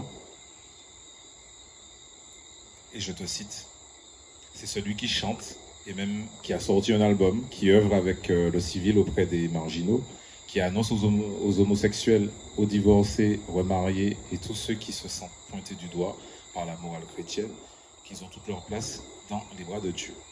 Alors, bien que la société ait fait des progrès sur ce sujet, là on va parler de l'homosexualité, aux Antilles particulièrement. Donc, bien que la société ait fait des progrès sur ce sujet, l'homosexualité aux Antilles est encore un sujet tabou. L'interprétation que l'on fait de la Bible et les religions monothéistes n'ont jamais vraiment aidé à la pleine insertion de cette communauté dans l'espace public. Quel est ton point de vue sur la communauté LGBTQIA+, QIA+. Est-ce que déjà, Plus, est-ce que plus, tu donnes le plus, moins sens divisé, Est-ce que tu donnes multiplié. le sens Alors, quel est ton point de vue sur la communauté LGBT? On va s'arrêter à T. Et a-t-elle toute sa place dans l'Église? Ben, je vais commencer par dire que pour moi, la LGBT truc plus, c'est pas les homosexuels. Il y a beaucoup d'idéologie derrière ça, selon moi. Et pour l'avoir entendu, même d'homosexuels et de transsexuels. Tu vois. La première chose que je disais à des personnes homosexuelles qui venaient me rencontrer en tant que prêtre, parce qu'ils entendaient, oui, on leur a dit que tel prêtre a dit que les homosexuels. Ah bon, ils n'avaient jamais entendu ça. Bon. Et quand ils venaient me voir, la première chose que je leur disais, c'est n'allez pas traîner là. Parce que justement, pour moi, le premier écueil, c'est de parler de communauté homosexuelle. Déjà, je les invitais à refuser le terme de gay. C'est mon avis. Hein. T'es pas un gay, t'es pas un homosexuel, tu es quelqu'un. Moi, le problème se situe dans, selon moi, hein, je suis pas sociologue, mais le problème se situe dans la manière même dont on veut accompagner ces frères et sœurs-là. C'est-à-dire qu'on les catégorise. Ce sont des homos. Ben, non, je suis pas un hétéro, je suis quelqu'un. Tu vois. Et pour moi, quand on commence à définir quelqu'un par son orientation sexuelle, qui lui appartient, qui n'est au bas de personne, ben, en fait, on devient son agresseur, puisqu'on lui dit tu es un homo. Et je vais te définir d'abord comme ça. Et d'ailleurs, pour l'avoir entendu aussi de certaines personnes homosexuelles, l'histoire de coming out, tout ça, c'est une pression de la société, tu vois. C'est pas naturel qu'un homosexuel dise je suis homosexuel. A priori, ça se voit. A priori, parfois, pas tout le temps, mais souvent, ça se voit. Ou pas Oui, ça, je dis ou pas, a priori. Mais en fait, j'ai envie de dire, on s'en fout. C'est la personne qui gère avec sa famille, avec les gens qu'il veut, tu vois. Et pour moi, le matraquage médiatique, la LGBT, je vais pas m'attarder parce que je les aime pas. Pour moi, ils ont foutu beaucoup de bordel dans la société, mais justement parce que ça n'a rien à voir avec l'homosexualité. Pour moi, c'est une idéologie comme les féministes, là, les fémènes qu'on a vu à un moment. Pour moi, il n'y a pas pire anti-femme que les fémènes, tu vois. Pour moi, c'est mon avis, hein. Je ne suis pas Jésus, pour moi. Et du coup, si on veut vraiment réfléchir à l'accueil des personnes homosexuelles dans la société, ben c'est déjà se souvenir que ce sont des personnes, hein. Et puis deux, que ben, en fait, leur orientation sexuelle ne me regarde pas, comme ça te regarde pas que je sois hétéro, ou bien que celui-là fume sa drogue, ou je sais pas quoi. Je dis pas que fumer de la drogue, c'est comme être homosexuel, attention, hein, on n'est pas sur BFM TV, d'accord? Bon. Mais je veux dire que, en fait, la personne vit sa vie, quoi. Tu vois? Et voilà. Donc pour moi, c'est comme pour la délinquance, comme pour ces choses-là, pour moi, une fois qu'on commence à mettre des étiquettes dessus, on les aide pas, au contraire, on les catégorise. Et on va traiter les homos, tu vois.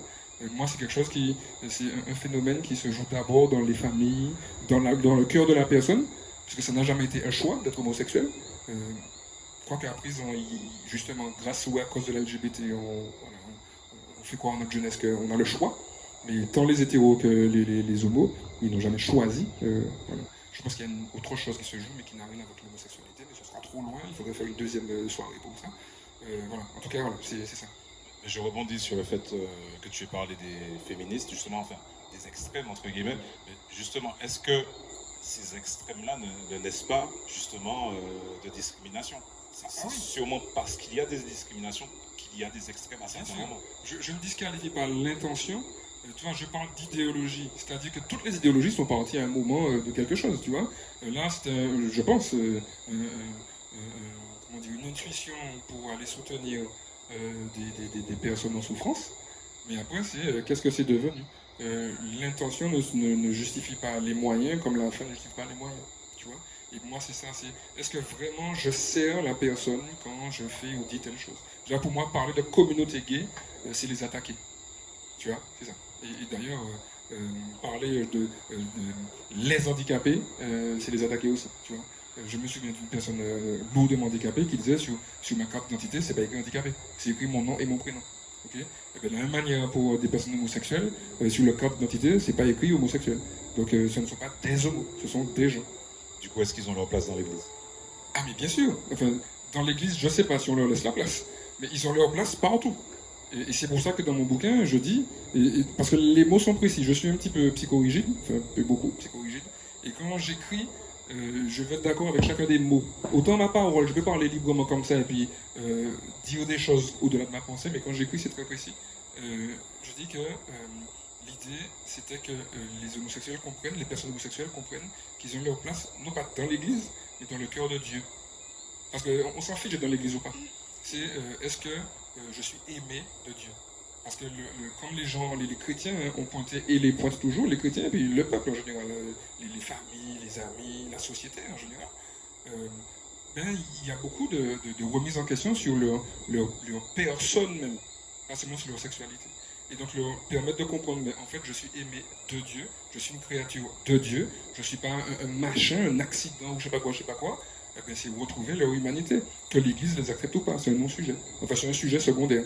Le premier sujet, c'est mon lien à mon Créateur, donc je suis quelqu'un et j'existe. Tu vois, je vais plus loin, enfin, j'essaie d'aller plus loin que les débats pour ou contre, machin. Tu vois, l'essentiel, c'est Dieu. Parce que c'est Dieu qui me donne la vie. Tu vois. Donc quand la personne comprend qu'elle est aimée de Dieu, ben, elle comprend qu'elle est vivante et qu'elle a toute sa place partout.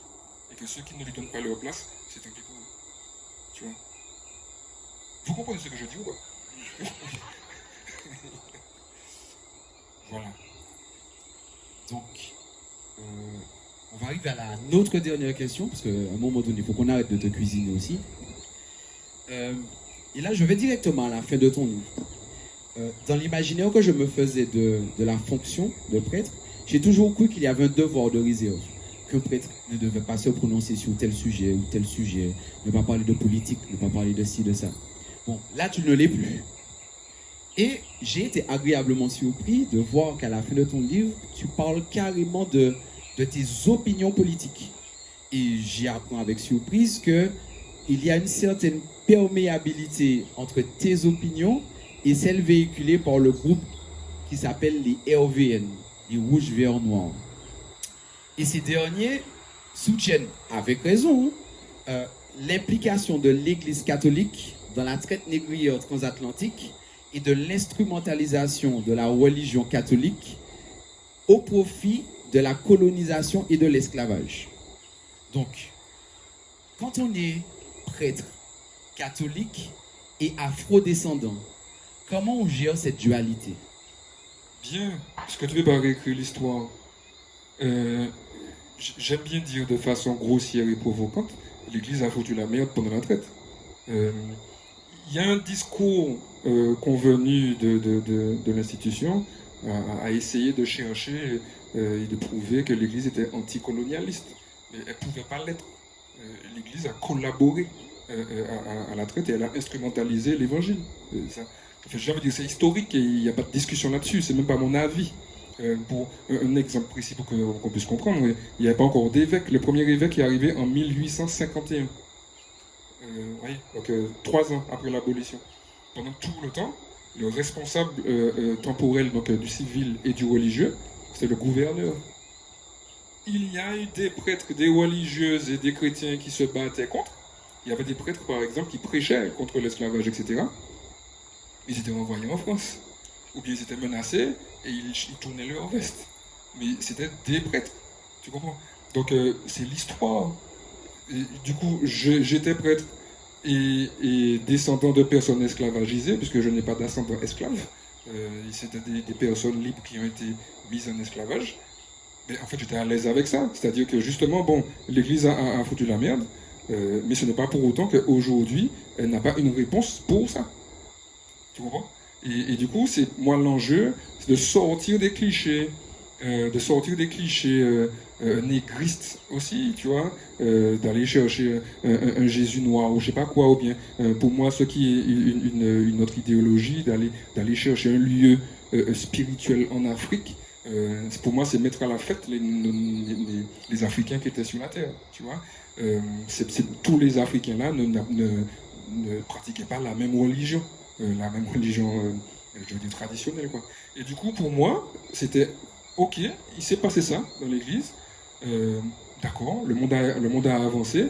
Eh bien, comment l'Église aujourd'hui, déjà Jean-Paul de Benoît XVI avait demandé pardon, justement pour l'implication de l'Église dedans. Donc quand on parle d'Église anti-esclavagiste, il y a un bug. Donc demander pardon, c'est la première chose. Et ensuite, comment l'Église travaille à un travail à une relecture authentique, à une discussion, même avec ceux qui nous considéraient comme leurs ennemis. Tu vois, moi, souvent, on m'a dit sur les réseaux, ouais, ou c'est un vendu, parce que ou l'abbé, ou quoi faire, ou était peuple là, mais comme ou l'abbé, ou dans la religion catholique là, donc, ou quand mettre un pied en gauche des frères là, machin, enfin, tu vois, juste parce que j'étais prêtre catholique, tu vois. Et du coup, l'idée, c'était d'aller créer la discussion, moi j'aime bien parler, vous l'avez compris, avec toutes ces personnes-là, même les gars qui profanaient les Christ, là, tu sais, sur les croix missions là, dans les quatre croisés, ben, mettre ces gars-là assis, et puis dire, les gars, allons parler. Et on aurait appris par exemple qu'aujourd'hui encore, l'une des terres les plus anciennes, des terres chrétiennes les plus anciennes, c'est l'Éthiopie. Tu vois. Donc la religion catholique, c'est pas la colonisation.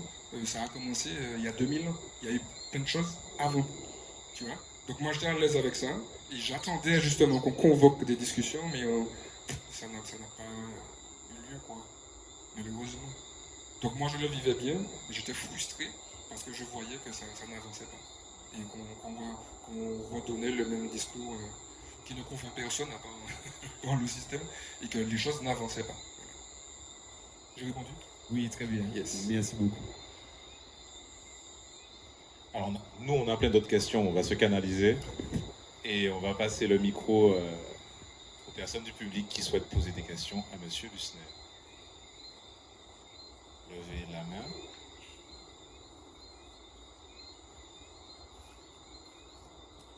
Bonsoir Monsieur Lusner. Bonsoir.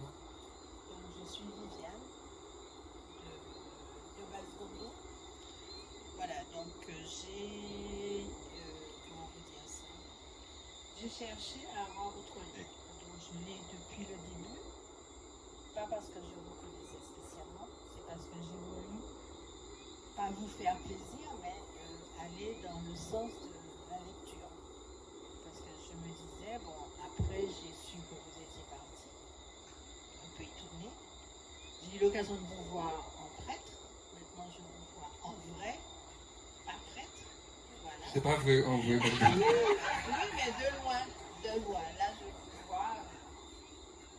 Donc là, j'ai commencé à lire votre livre depuis le début. J'ai eu beaucoup de mal à le lire. J'ai eu beaucoup de mal à le comprendre parce que j'ai un fils et tout ce qui s'est passé au début de votre jeunesse, ça m'a vraiment perturbée.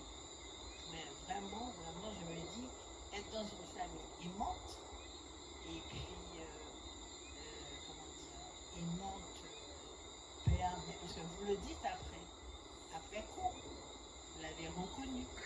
Et ça m'a perturbée dans le sens d'une maman. Donc je me dis que si j'avais un fils comme ça, je ne sais pas est-ce que je l'aurais rejeté. Parce que bon, après on dit, bon, vous avez un fils qui tue, vous êtes là, on est toujours là. Après quand j'ai su que vous veniez, alors je l'ai lu vite pour savoir ce que vous allez dire de vrai dans ce que je vais entendre. Donc là, je suis un peu surprise. Je ne dirais pas agréablement surprise. Mais je suis en attente de quelque chose que je ne retrouve pas chez vous. Parce que quand je vous écoutais en tant que prêtre, j'étais subjuguée en tant que prêtre. Et là, je suis un peu perdue par tout ce que vous dites. C'est-à-dire que vous donnez des explications, et en tant que chrétienne, pratiquante, je suis un peu je suis perdue. Je tangue là. Je me dis, est-ce que je dois l'écouter, pas l'écouter, je vais vous écouter jusqu'au bout. Et puis après, savoir que vous êtes parti, ça m'a fait quelque chose. Je ne suis pas allée à l'église pendant au moins 2-3 mois. Non, c'est vrai, je ne suis pas allée à l'église pendant 2-3 mois parce que je me suis demandé, mais qu'est-ce qui lui est arrivé? Je cherchais à savoir, j'étais perdue, je me dis, mais attends, c'est un jeune homme, il a l'air bien, c'est un bon prêtre, et puis il est perdu. Il est parti, mais qu'est-ce qui s'est passé? Qu'est-ce qu'on lui a fait? Donc, j'en ai voulu à monsieur... Patience. J'en ai voulu à monsieur Macaire, je me suis dit, mais qu'est-ce que monsieur Macaire a pu lui faire? Donc, voilà. Monsieur Lusné. Merci. La paix, la paix. Merci. Donc voilà. Donc je veux savoir si actuellement vous vous sentez en phase avec votre devenir, si vous avez laissé vraiment comment dire ça. Enfin, si vous êtes en phase avec ce que vous vivez. D'accord. Déjà, quand vous êtes bousculé par ce que vous entendez, c'est une bonne chose. Ça veut dire que vous sortez de votre zone de confort. Et vous avez toujours le droit d'écouter ou de ne pas écouter ce qui se passe autour de vous, puisque votre conscience est à vous. Voyez, ce n'est pas parce que si je dis il faut tuer toutes les femmes de Martinique, bon, vous aurez peur de moi, mais ça ne va pas changer votre regard sur les femmes de Martinique, ni même sur les hommes, j'espère vous, d'accord? Quel que soit ce que la personne en face de vous dit, c'est toujours à vous de l'accueillir avec vos filtres, d'accord? Donc, être bousculé, c'est bien. Donc, je vous encourage à tanguer. À tanguer, même si vous vous évanouissez, c'est bien aussi. Après, c'est qu'est-ce que vous allez faire avec tout ça? Est-ce que je suis en phase avec moi-même aujourd'hui? Oui. Oui. Oui, parce que j'apprends au fur et à mesure et de plus en plus à m'écouter, écouter ce qu'il y a à l'intérieur là, et puis à être aligné, à suivre ce que j'appelle la vibration. C'est pas juste mes désirs, ça m'en les fait, mais en allant, quand je montre l'intérieur, le cœur, c'est l'endroit où Dieu nous parle, dans l'intimité. Donc qu'est-ce que Dieu me dit de ma vie? Voilà. Donc je suis toujours profondément chrétien, et mon objectif, c'est de rester aligné avec ce que mon Créateur désire pour moi. Mon devenir, je sais pas ce qu'il est. Demain n'existe pas. Moi, l'une de mes grandes devises, c'est que le temps n'existe pas. Le seul qui compte, c'est aujourd'hui, le temps biblique. Aujourd'hui. Tu vois? Demain, on verra. L'important, c'est que chaque pas que je fais aujourd'hui, ils sont en conscience et alignés avec ce qu'il y a à l'intérieur. Merci pour votre question.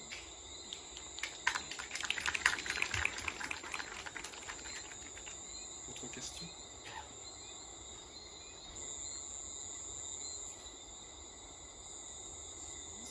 Bonsoir. Vous avez animé le catéchisme à l'église du Lamentin, c'était très vivant et vous n'avez pas hésité à dire que vous étiez un mauvais garçon, je me souviens. Et vous parlez un petit peu de votre histoire et les enfants aimaient beaucoup la manière de leur parler. Et donc j'ai lu avec beaucoup d'intérêt votre livre, c'est bien écrit, franchement pour une première, je trouve que c'est bien écrit. Vous avez su allier les mots en créole, le proverbe de chez nous. Et la question que je vous pose, comment vous vivez votre foi aujourd'hui? Est-ce que vous continuez à aller à l'église? Puisque vous avez dit que le sacerdoce était lourd pour vous et vous étiez vraiment en quête de liberté. J'ai vraiment retenu, comme vous me disiez, liberté, liberté. Et comment vous vivez votre foi aujourd'hui? Est-ce que vous continuez à aller à l'église comme on fait avec le rite, etc. etc. D'accord. Je tiens à préciser, quand je dis que le sacerdoce était lourd, je ne suis pas parti parce que c'était trop lourd. D'accord? C'est les questions de l'état clérical, la vie cléricale, c'est pas juste, c'est pas du tout que c'était contraignant. C'était que, en fait, dans mon évolution personnelle, j'aime bien prendre l'image de la plante, vous allez la comprendre. La plante dans un pot, à un moment, si tu veux vraiment qu'elle devienne un arbre, il faut la rempoter, puis à un moment la mettre en terre. Et moi, le pot était devenu trop petit pour mes racines. Donc il y avait une certaine friction, mais qui n'était pas une prison. J'étais heureux. Je vivais des choses malheureuses, mais j'étais épanoui. Je prenais mon pied en tant que prêtre. Mais je n'étais plus en phase avec trop de choses du système. Et du coup, j'ai décidé en conscience, donc on ne m'a rien fait. Je n'ai pas peur des gens. Mais j'ai décidé de sortir pour continuer ma route, parce que je crois que notre vie est faite de cycles. À un moment, il faut savoir, comme pour le surfeur, quand la vague va s'écraser, pour sortir à temps, pour ne pas être écrasé avec elle, et puis repartir sur une autre. Et chaque cycle est nourri des cycles précédents. Voyez. Donc j'avais découvert, compris que c'est l'arrivée de mon cycle, et surtout, que c'est Dieu, aussi paradoxal que ça puisse paraître pour beaucoup, mais que c'est Dieu qui me demandait de démissionner. Ce n'était pas une fuite de ma vocation. C'est très important, ça. C'est pour ça que j'ai fait 40 jours de jeûne, une semaine de retraite spirituelle en silence, en solo, pour être sûr que ce pas-là, c'était pas une fuite, un tout plein, mais que c'était vraiment la volonté de Dieu. Et quand on comprend que Dieu, il est en méta, il est hors religion, Dieu c'est pas un chrétien, Donc il peut demander à un homme d'être prêtre aujourd'hui et demain de ne plus être prêtre, mais pour continuer le même ministère. Si vous êtes là aujourd'hui, pour beaucoup, c'est parce que j'ai été prêtre. Vous voyez. Donc mon expérience de prêtre me sert aujourd'hui. D'accord. Donc, et si je pouvais parler au Lascar quand j'étais à Saint-Christophe, c'est parce que moi-même j'avais traîné sur les blocs. Vous voyez, donc c'est de l'implémentation en implémentation. Et du coup, ben voilà, donc j'ai avancé et en fait pour répondre à votre question précisément, ben j'ai pris un peu de distance avec l'institution.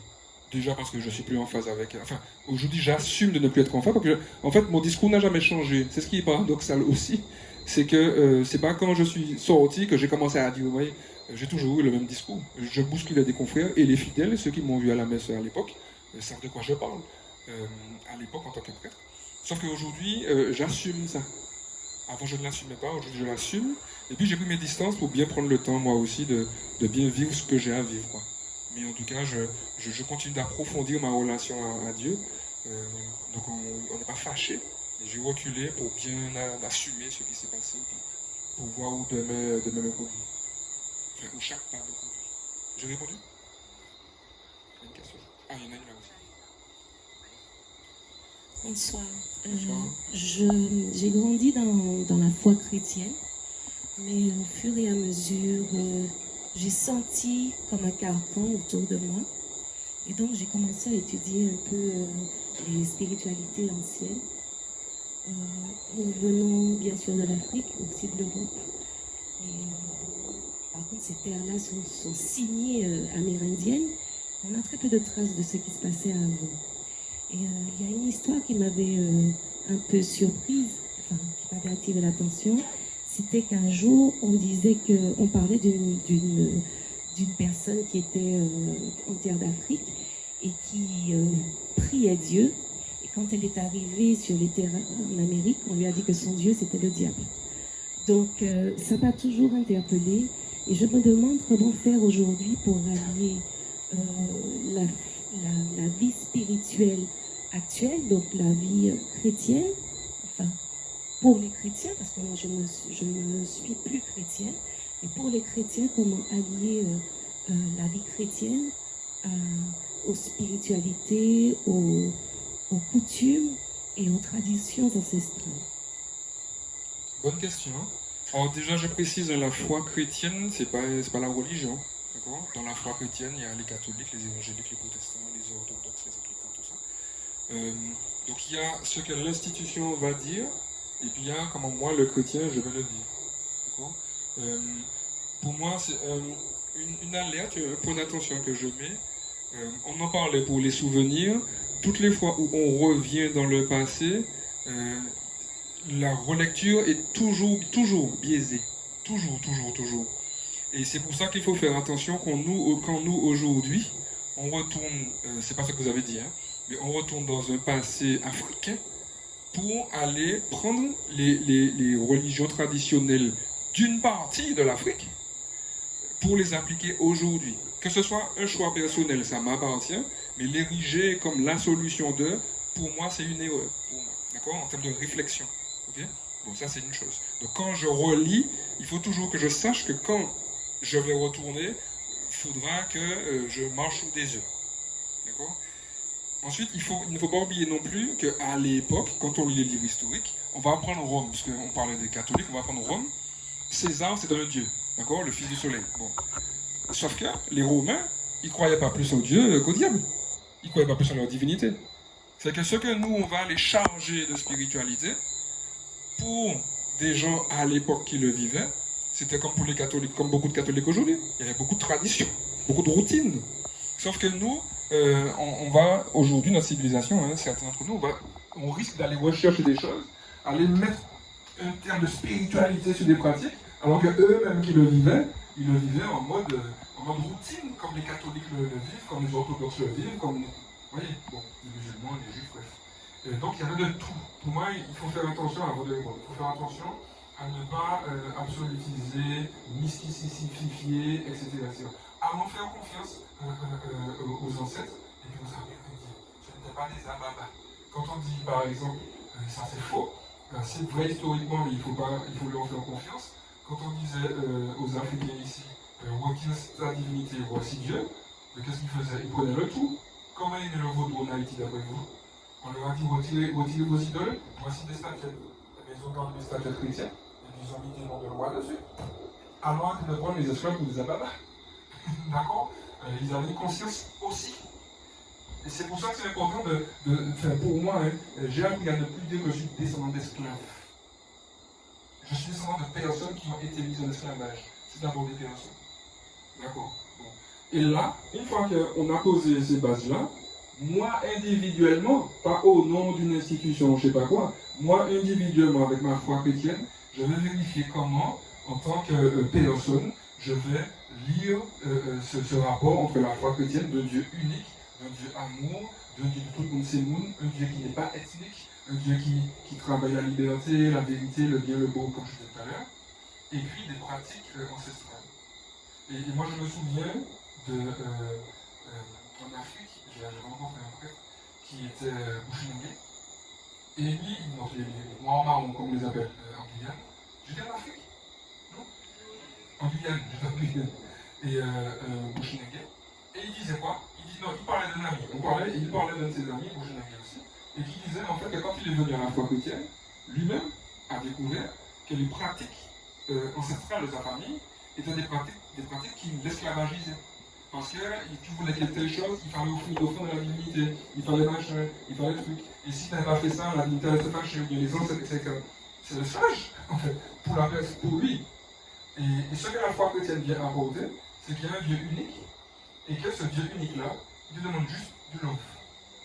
Voilà. Et donc c'est à moi maintenant de vérifier comment ça me parle. Je n'irai jamais dire à des Amérindiens, vous êtes ci, vous êtes ça, vous êtes ça. Tu vois? Saint Paul, dans la parole de Dieu, dans les Épîtres aux Corinthiens, il leur disait, je vois à des polythéistes, avec leur panthéon, il y avait toujours le Dieu inconnu. C'est intéressant justement pour votre question que je vais m'arrêter là, parce que sinon, ça me passionne, donc je parle beaucoup, mais quand ça me passionne, je parle encore plus. Il faut savoir que dans les religions polythéistes en général, en tout cas européennes, mais je pense que je ne suis pas spécialiste des religions africaines, amérindiennes, tout ça, il y avait toujours une divinité au-dessus des autres. Et chez les Grecs et Romains, il y avait le Dieu inconnu. Donc il y avait tous les panthéons de Dieu, il y avait un Dieu inconnu qui était le Big Boss. Et Saint Paul, il arrive dans un panthéon, et puis il dit, il reconnaît la foi. Donc c'est ça déjà. On reconnaît que si les gens leur idolent, c'est parce qu'ils ont la foi, ils croient en une transcendance, ils croient en quelque chose. Donc c'est là positif. L'être humain est ouvert à une transcendance. Et il dit, je vois que vous êtes des hommes et des femmes religieux. Mais je remarque aussi qu'il y a une statue d'un Dieu inconnu. Ça tombe bien, je le connais. Discutons. Ce Dieu-là, il vient nous emmener vers une totale liberté, indépendamment de coutumes, de superstitions, etc. Et il vient nous faire grandir. Et du coup, Saint Paul s'est mis à les enseigner, mais toujours avec respect. Vous comprenez? Donc pour moi, c'est comme ça, je vais poser la question. Je suis parti loin, c'est comme ça en fait qu'on va pouvoir. Il y a la particularité de la foi chrétienne, un Dieu unique qui appelle à la liberté, et puis les spécificités des différentes religions traditionnelles, quelles que soient leurs origines.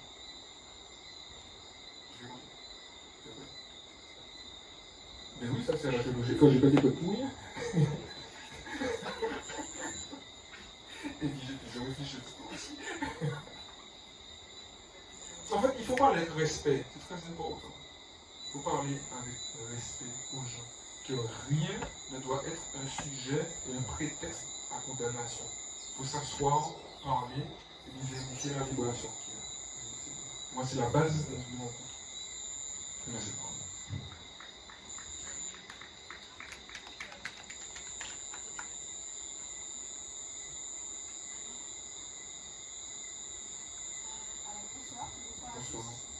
Alors ma question c'est à quand le prochain livre?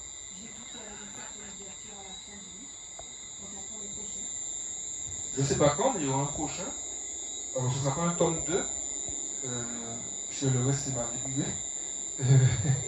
Et j'aime bien dire que le tome 2 c'est vous qui l'écrivez avec votre vie. Mais j'espère qu'il y en aura d'autres parce que j'ai plein d'idées en tête. Et puis comme avait dit Fola, Steve Gallet, qui était venu ici, donc une fois aussi, hein, et il me disait, mais tu verras, le jour où tu vas boucler ce projet-là, tu tu vas découvrir que l'écriture, c'est addictif. Et il a raison. J'ai envie d'écrire plein de choses. Voilà. Donc, je ne sais pas quand, mais bientôt. Je ne vais pas non plus vous asséner mes bouquets. Je vais vous laisser respirer, digérer celui-là déjà, et puis on verra. On va passer à d'autres. Oui. Donc ce livre, c'était une chouette découverte pour moi. Et déjà, je suis surprise par la couverture, que vous l'expliquiez déjà. Je ne pensais pas qu'il y avait autant d'indices, en fait. Il y avait autant d'indices dissimulés. Et là, j'ai dit, c'est génial. Et que, honnêtement, je suis psychologue. Voilà quoi. Et psychologue social, plus. Et j'ai apprécié vraiment lire votre ouvrage. Pourquoi? Parce que certes, c'est une autobiographie, mais en même temps, il y a plein de théories qui en ressortent, en fait. C'est une réflexion. En fait, cet ouvrage invite, en fait, à la réflexion. Et c'est vrai que quand vous parlez d'égratigner un peu, d'écorcher un peu l'institution, je suis d'accord. Je suis d'accord parce que nous sommes martiniquais. Nous avons une culture. Quand vous dites que vous avez conscience des ancêtres, mais les ancêtres ne vous définissent pas. C'est-à-dire que je me suis rendu compte que vous répondiez au je suis, à cette notion d'identité. Et donc, il y a toute cette notion de résilience qui intervient dans votre ouvrage. Je me dis, mais comment il fait pour se relever à chaque fois? Comment il y a qu'à faire? Moi, je ne sais pas. Et je me dis, comment il fait? Et en même temps, je me dis, mais il y a cette notion aussi de libre arbitre, de libre arbitre que vous évoquez, le gendarme. On a tous un gendarme à l'intérieur de nous. Et notre gendarme, il est fonction aussi de notre vécu, de notre histoire. Il y a des choses qu'on traîne aussi depuis longtemps.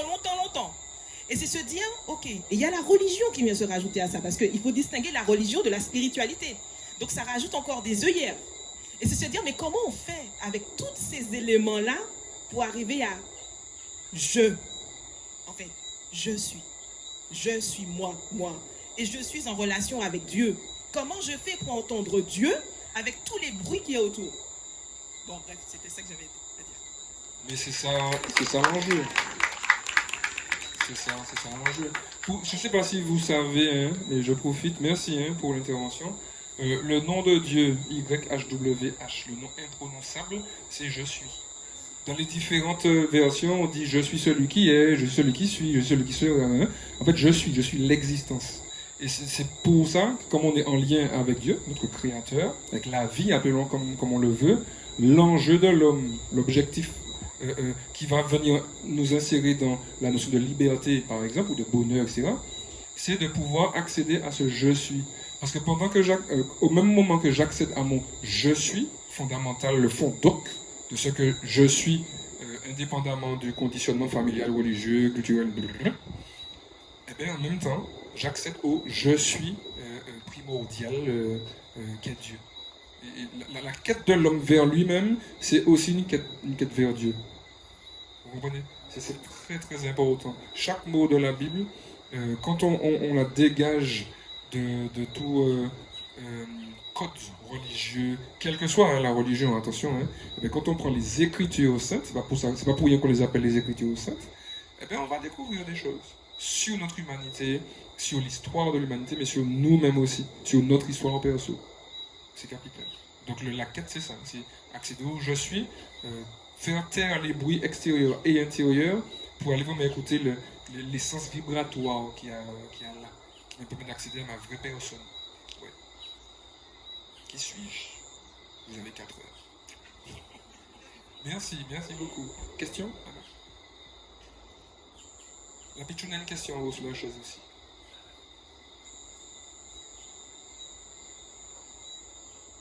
Je veux savoir comment tu t'appelles. Mais oui, comment tu t'appelles? Je m'appelle Rita. Rita. Bonsoir Rita. Bonsoir. Je veux savoir, est-ce que Dieu est un homme? Est-ce que Dieu quoi? Dieu est un homme. Est un homme? Est-ce que Dieu est un homme? Non, Dieu est un esprit. À un moment dans l'histoire, il est devenu un homme en Jésus-Christ, mais Dieu c'est un esprit. Et le problème, c'est que nous les hommes, comme on a toujours pensé que c'était un homme, donc on a pensé que Dieu réfléchissait comme nous. Quand tu comprends que Dieu c'est un esprit, et bien tu comprends en fait qu'il ne cessera jamais de t'aimer, il ne cessera jamais de t'encourager, quel que soit ce que tu fais. Tu comprends? Il ne va jamais compter avec toi, il ne réfléchit pas comme toi. Il est comme ta maman et ton papa, mais en toujours mieux. Ils sont déjà super, mais ils sont plus. Tu comprends? T'es sûr que tu as compris? Bon, tu pourras le dire à tes copines et tes copains à l'école. D'accord. Merci. Rita, c'est ça? Merci. Mais oui, un beau bal. D'autres questions? Plus que 2 questions. Je Bonsoir. confirme. Aussi. Oui. Alors, une petite question. Où en est ta carrière musicale? Et si elle continue, vers quoi tu vas t'orienter? Des chants toujours, on va dire, spirituels ou d'autres types de chants? Je fais pas que du spirituel, hein. Alors déjà, j'ai pas de carrière musicale. Mali, j'aime mixer ces gars-là, c'est des artistes. Moi, je suis quelqu'un qui aime chanter, c'est pas pareil. On a apprécié l'album. J'ai fait un album en 2017, qui est un album spirituel. Mais donc j'ai arrêté, je suis très inconstant en vrai. Et depuis 2 ans, à peu près 3 ans, je travaille je collabore avec Caprison, DJ Caprison, Guy MC, ces gars-là. Et donc je participe à des albums avec eux. Et donc en décembre dernier, j'ai un son qui est sorti sur un album. C'était le 2e son qui sortait sur un album avec eux.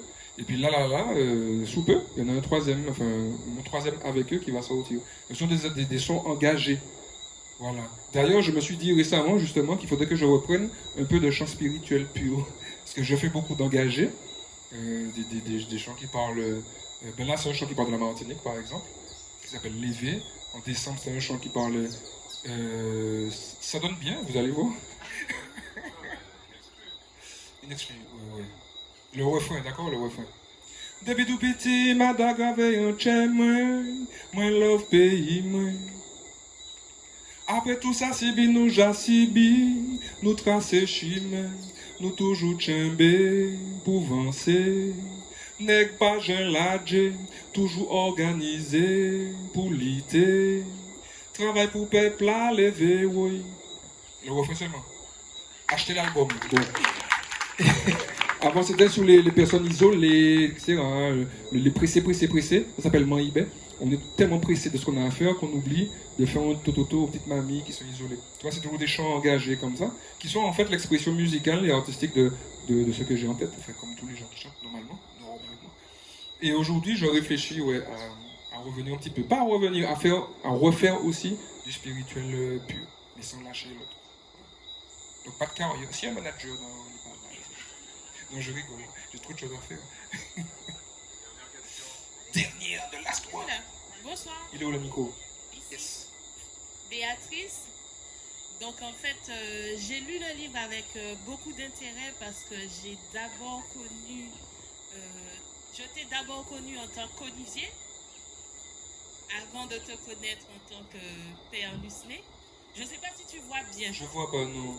Ça y est, Béatrice. Ça y est, Béa, yes. Donc en fait, je t'ai d'abord connu en tant qu'Olivier avant de te connaître en tant que Père Lucenay. Et c'est vrai que j'ai lu ton livre avec beaucoup d'intérêt. C'est un livre qui m'a aussi bousculé déjà en tant que personne, parce que j'admire en fait ce courage. Je me pose souvent la question de savoir quand on n'a pas cette foi, parce qu'on ne l'a pas tous, hein, cette foi qu'on décrit comme salvatrice, qui nous aide à tout déplacer. Quand on n'a pas cette foi, où on trouve le courage de se révéler en tant que soi, de ne pas être ce que les autres attendent de nous et de se dire, ben, aujourd'hui je choisis d'être ce que moi je veux être. Je choisis d'écouter mon cœur, je choisis d'écouter ma tête. Donc c'est vrai que c'est une question qui me turlupine beaucoup, parce que je pense qu'on n'est pas tous à ton niveau de foi, hein, parce que oui, enfin moi personnellement. Un jour peut-être, mon enfant. Un jour peut-être. Donc c'est vrai qu'à ce niveau-là, ça m'a beaucoup bousculé. Ça m'a aussi bousculé en tant que maman, parce que contrairement à certaines personnes, ça m'a ouvert les yeux, parce qu'on a toujours l'impression que nos enfants sont à l'abri, parce qu'on leur offre un cadre, parce que on est dans la religion, parce qu'on leur parle, parce qu'on est proche d'eux, et qu'on se rend compte que des fois, il y a des aspects qu'on ne maîtrise pas, qu'on ne voit pas, et qu'il faut composer avec. Et donc ma question, la troisième chose qui m'a touchée aussi, c'est ton engagement que j'ai ressenti, que j'avais déjà ressenti bien avant l'écriture du livre, que j'ai retrouvé dans ce livre, cet engagement au niveau des problèmes, comme on a parlé, sociétaux, de l'école et de tout. Et je me posais la question, puisque pour l'instant, pour faire évoluer les choses, pour l'instant, c'est par la voie de la politique. Est-ce que tu as été approché? Est-ce que tu envisages justement de bousculer les choses à un autre niveau? Maintenant que tu es sorti du contexte de l'Église, est-ce que tu envisages peut-être de venir bousculer les choses du point de vue politique? Puisque je constate que tu es très attaché à ton pays et à sa population et que tu as envie qu'on aille plus haut. Voilà. Ok, merci pour tes 20 000 questions. Alors j'avais une dernière question. Tes 20 000 et une questions. Alors cette question c'était plutôt du macrélage. Oui. Puisque on n'est pas sans savoir que les femmes sont très actives et qu'en tant que prêtre, tu devais certainement avoir quelques sollicitations malgré le fait que tu sois prêtre. Maintenant que tu ne l'es plus et que ça se sait, je suppose que les attaques doivent être un peu plus frontales. Alors comment gères-tu cette partie? Je précise que c'est une copine de ma grande sœur. Hein. On sent la grande sœur qui vient. Déjà, Béa, une femme qui vient zailler un homme, ce n'est jamais une attaque. C'est toujours un signe de délicatesse. J'existe, je plais. Non, pas plus que ça. Pas plus que ça, Thomas Grélage. Non, pas plus que ça. Je sais pas. C'est trop tard, j'avais de l'ordre, c'est trop tard. Rangez-vous. Assis au cul, il n'y a rien à voir. Mais voilà, c'est pas plus que ça. Pour l'action de la foi, je précise, il n'y a pas de niveau de foi. La seule chose que le prêtre a en plus que toi, c'est qu'il connaît plus de choses que toi. Et encore, il y a des prêtres qui étaient derrière les tableaux au séminaire. D'accord ? Donc ils ne connaissent pas plus de choses que toi, en vérité. Bon, bref. Donc il n'y a pas de niveau de foi. Il y a une intensité de foi, une connaissance de Dieu, etc. Oui, je peux avoir une relation à Dieu plus dégagée de clichés que toi, peut-être. Mais ça ne sera jamais un niveau, tu comprends? C'est important de préciser ça. On n'est pas là pour se comparer. Benoît XVI parlait, les papes en général parlaient des gens de bonne volonté. Ils parlent des chrétiens et des gens de bonne volonté. La foi, contrairement à ce qui se disait à l'époque, j'espère qu'il y a personne parmi vous qui parle de ça encore, la foi du charbonnier, c'est fait pour les pauvres, c'est fait pour les tébés, tout ça. Il n'y a que des tébés qui disent ça encore. S'il y en a parmi vous, pardon, je vous demande pardon, ça n'a pas de sens. Okay? La foi chrétienne, c'est découvrir qu'il y a un truc en haut, une énergie, une vibration, le principe premier, comme on dit en philosophie. Et Jésus va nous révéler que ce principe premier-là, il s'intéresse à toi, personnellement. Et la foi chrétienne, c'est découvrir que cette énergie, je peux l'appeler papa. Et il m'apprend non pas à me déconnecter du monde pour devenir une espèce d'ange qui fait l'ange. Non, qui fait l'ange, fait la bête, mais à mesure que je me rapproche de la divinité, je deviens de plus en plus humain. On va développer ça un jour, si vous voulez, ou pas. Bon, ça c'est important. Et quand on n'a pas la foi, eh bien, on a le cœur, on a le love. Dieu dit, je suis amour, Dieu est amour. Donc quand tu ne crois pas au Dieu des chrétiens, ou quand tu ne crois pas en Dieu tout bonnement, si tu as un cœur qui bat dans ta poitrine, tu as accès aussi à ça, Dieu merci. La différence, c'est que le chrétien, il aura un autre référentiel que lui-même et ses propres expériences. Le chrétien, son référentiel, ce sera le ciel, ce sera Dieu. Ce sera la religion, Dieu, le love de Dieu. Aimez-vous les uns les autres comme je vous ai aimé. Avant d'aimer mon frère, ma soeur, je vais vérifier comment Dieu m'aime. C'est ça le chrétien, tu vois. Parce que tout vient de lui. Mais celui qui n'est pas chrétien, ben, s'il aime, c'est déjà extraordinaire. Et donc il peut marcher comme ça et puis aller découvrir ce sillon, ce largel d'une vie épanouie et authentique. Tu vois. Et puis tu avais une autre question. Ah oui, la politique, non. Alors je n'ai pas été approché. Ça m'intéresse parce que je vais me voir comment ça marche. Mais en fait, j'ai envie de dire que j'espère que vous tous, vous aimez votre pays. J'espère que vous tous, vous avez envie que votre pays avance. Et la façon dont le pays va avancer, c'est la façon dont moi, je vais me comporter dans mon pays. Tant que le Martiniquais dira que le créole, c'est un dialecte, le pays ne va pas avancer. Les politiques vont beau faire ce qu'ils voudront. Tant que le Martiniquais va appeler la France la métropole, heureusement, on se bat pour ça ces jours-ci, le pays ne va jamais avancer. D'accord?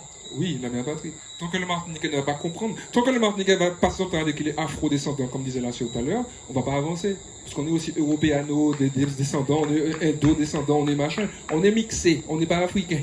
Je ne suis pas africain, je suis martiniquais. Ça veut dire quelque chose. J'ai de l'Afrique, de l'Europe, comme disait la sœur. Donc, qu'est-ce que moi, je fais de mon pays? Et d'ailleurs, dans le livre, j'ai un leitmotiv, c'est si je bouge, tout bouge. Donc, j'ai pas envie de... Pour moi, c'est pas forcément par la politique qu'on va faire avancer les choses. Au contraire. Enfin, au contraire, pas au contraire, mais si c'était le cas, ça se serait su. Ok, avec tous mes respects. Non, Oui, c'est donc chacun... c'est la ville du Lamentin qui nous accueille. Oui, non mais justement, c'est important. C'est important. Je crois que le problème quand on parle de politique, c'est qu'on a trop chargé ces hommes et ces femmes-là. On les prend pour des sauveurs. Ah ouais, monsieur Limet, monsieur machin, fais ça bas moins, mais vous qui sont fait pas propre corps, tu vois? Et c'est pour ça. Donc, les hommes et les femmes politiques ont leur implication pour que le système bouge, pour que la Martinique bouge, mais c'est pas les hommes et les femmes politiques qui vont faire bouger le système. Tu comprends? Et donc, moi aussi, je dois collaborer, mais chez moi. Quand tu dis que c'est trop cher par là, est-ce que tu as un petit jardin créole chez toi? Comment tu fais pour consommer différemment? Ben, c'est pas monsieur Zobda qui va venir te donner à manger. Tu vois? Donc moi, j'ai envie de travailler à la police, la vie de la cité, mais par de la vibration, par comment moi je suis martiniquais, comment je rentre en dialogue avec les autres martiniquais, avec les autres qui ne sont pas en Martinique, comment j'existe en tant qu'individu. Ok? Et puis, qu'est-ce que je fais concrètement pour que ma vie avance, que mon foyer avance, que ma ville avance, que le pays avance, etc. Chacun a sa place. Vous comprenez? Tu as ta pierre à apporter à l'édifice et l'évangile nous révèle que, en fait, la pierre, c'est pas quelque chose, c'est toi. La Martinique n'a pas besoin que tu fasses quelque chose. La Martinique a besoin que tu sois quelqu'un en Martinique. Qu'est-ce que tu veux faire pour le pays? Voilà. Merci beaucoup. C'est pas politique, ça. Je sais pas. C'était moi. Merci à vous d'être venus aussi nombreux. Vous pouvez rentrer chez vous.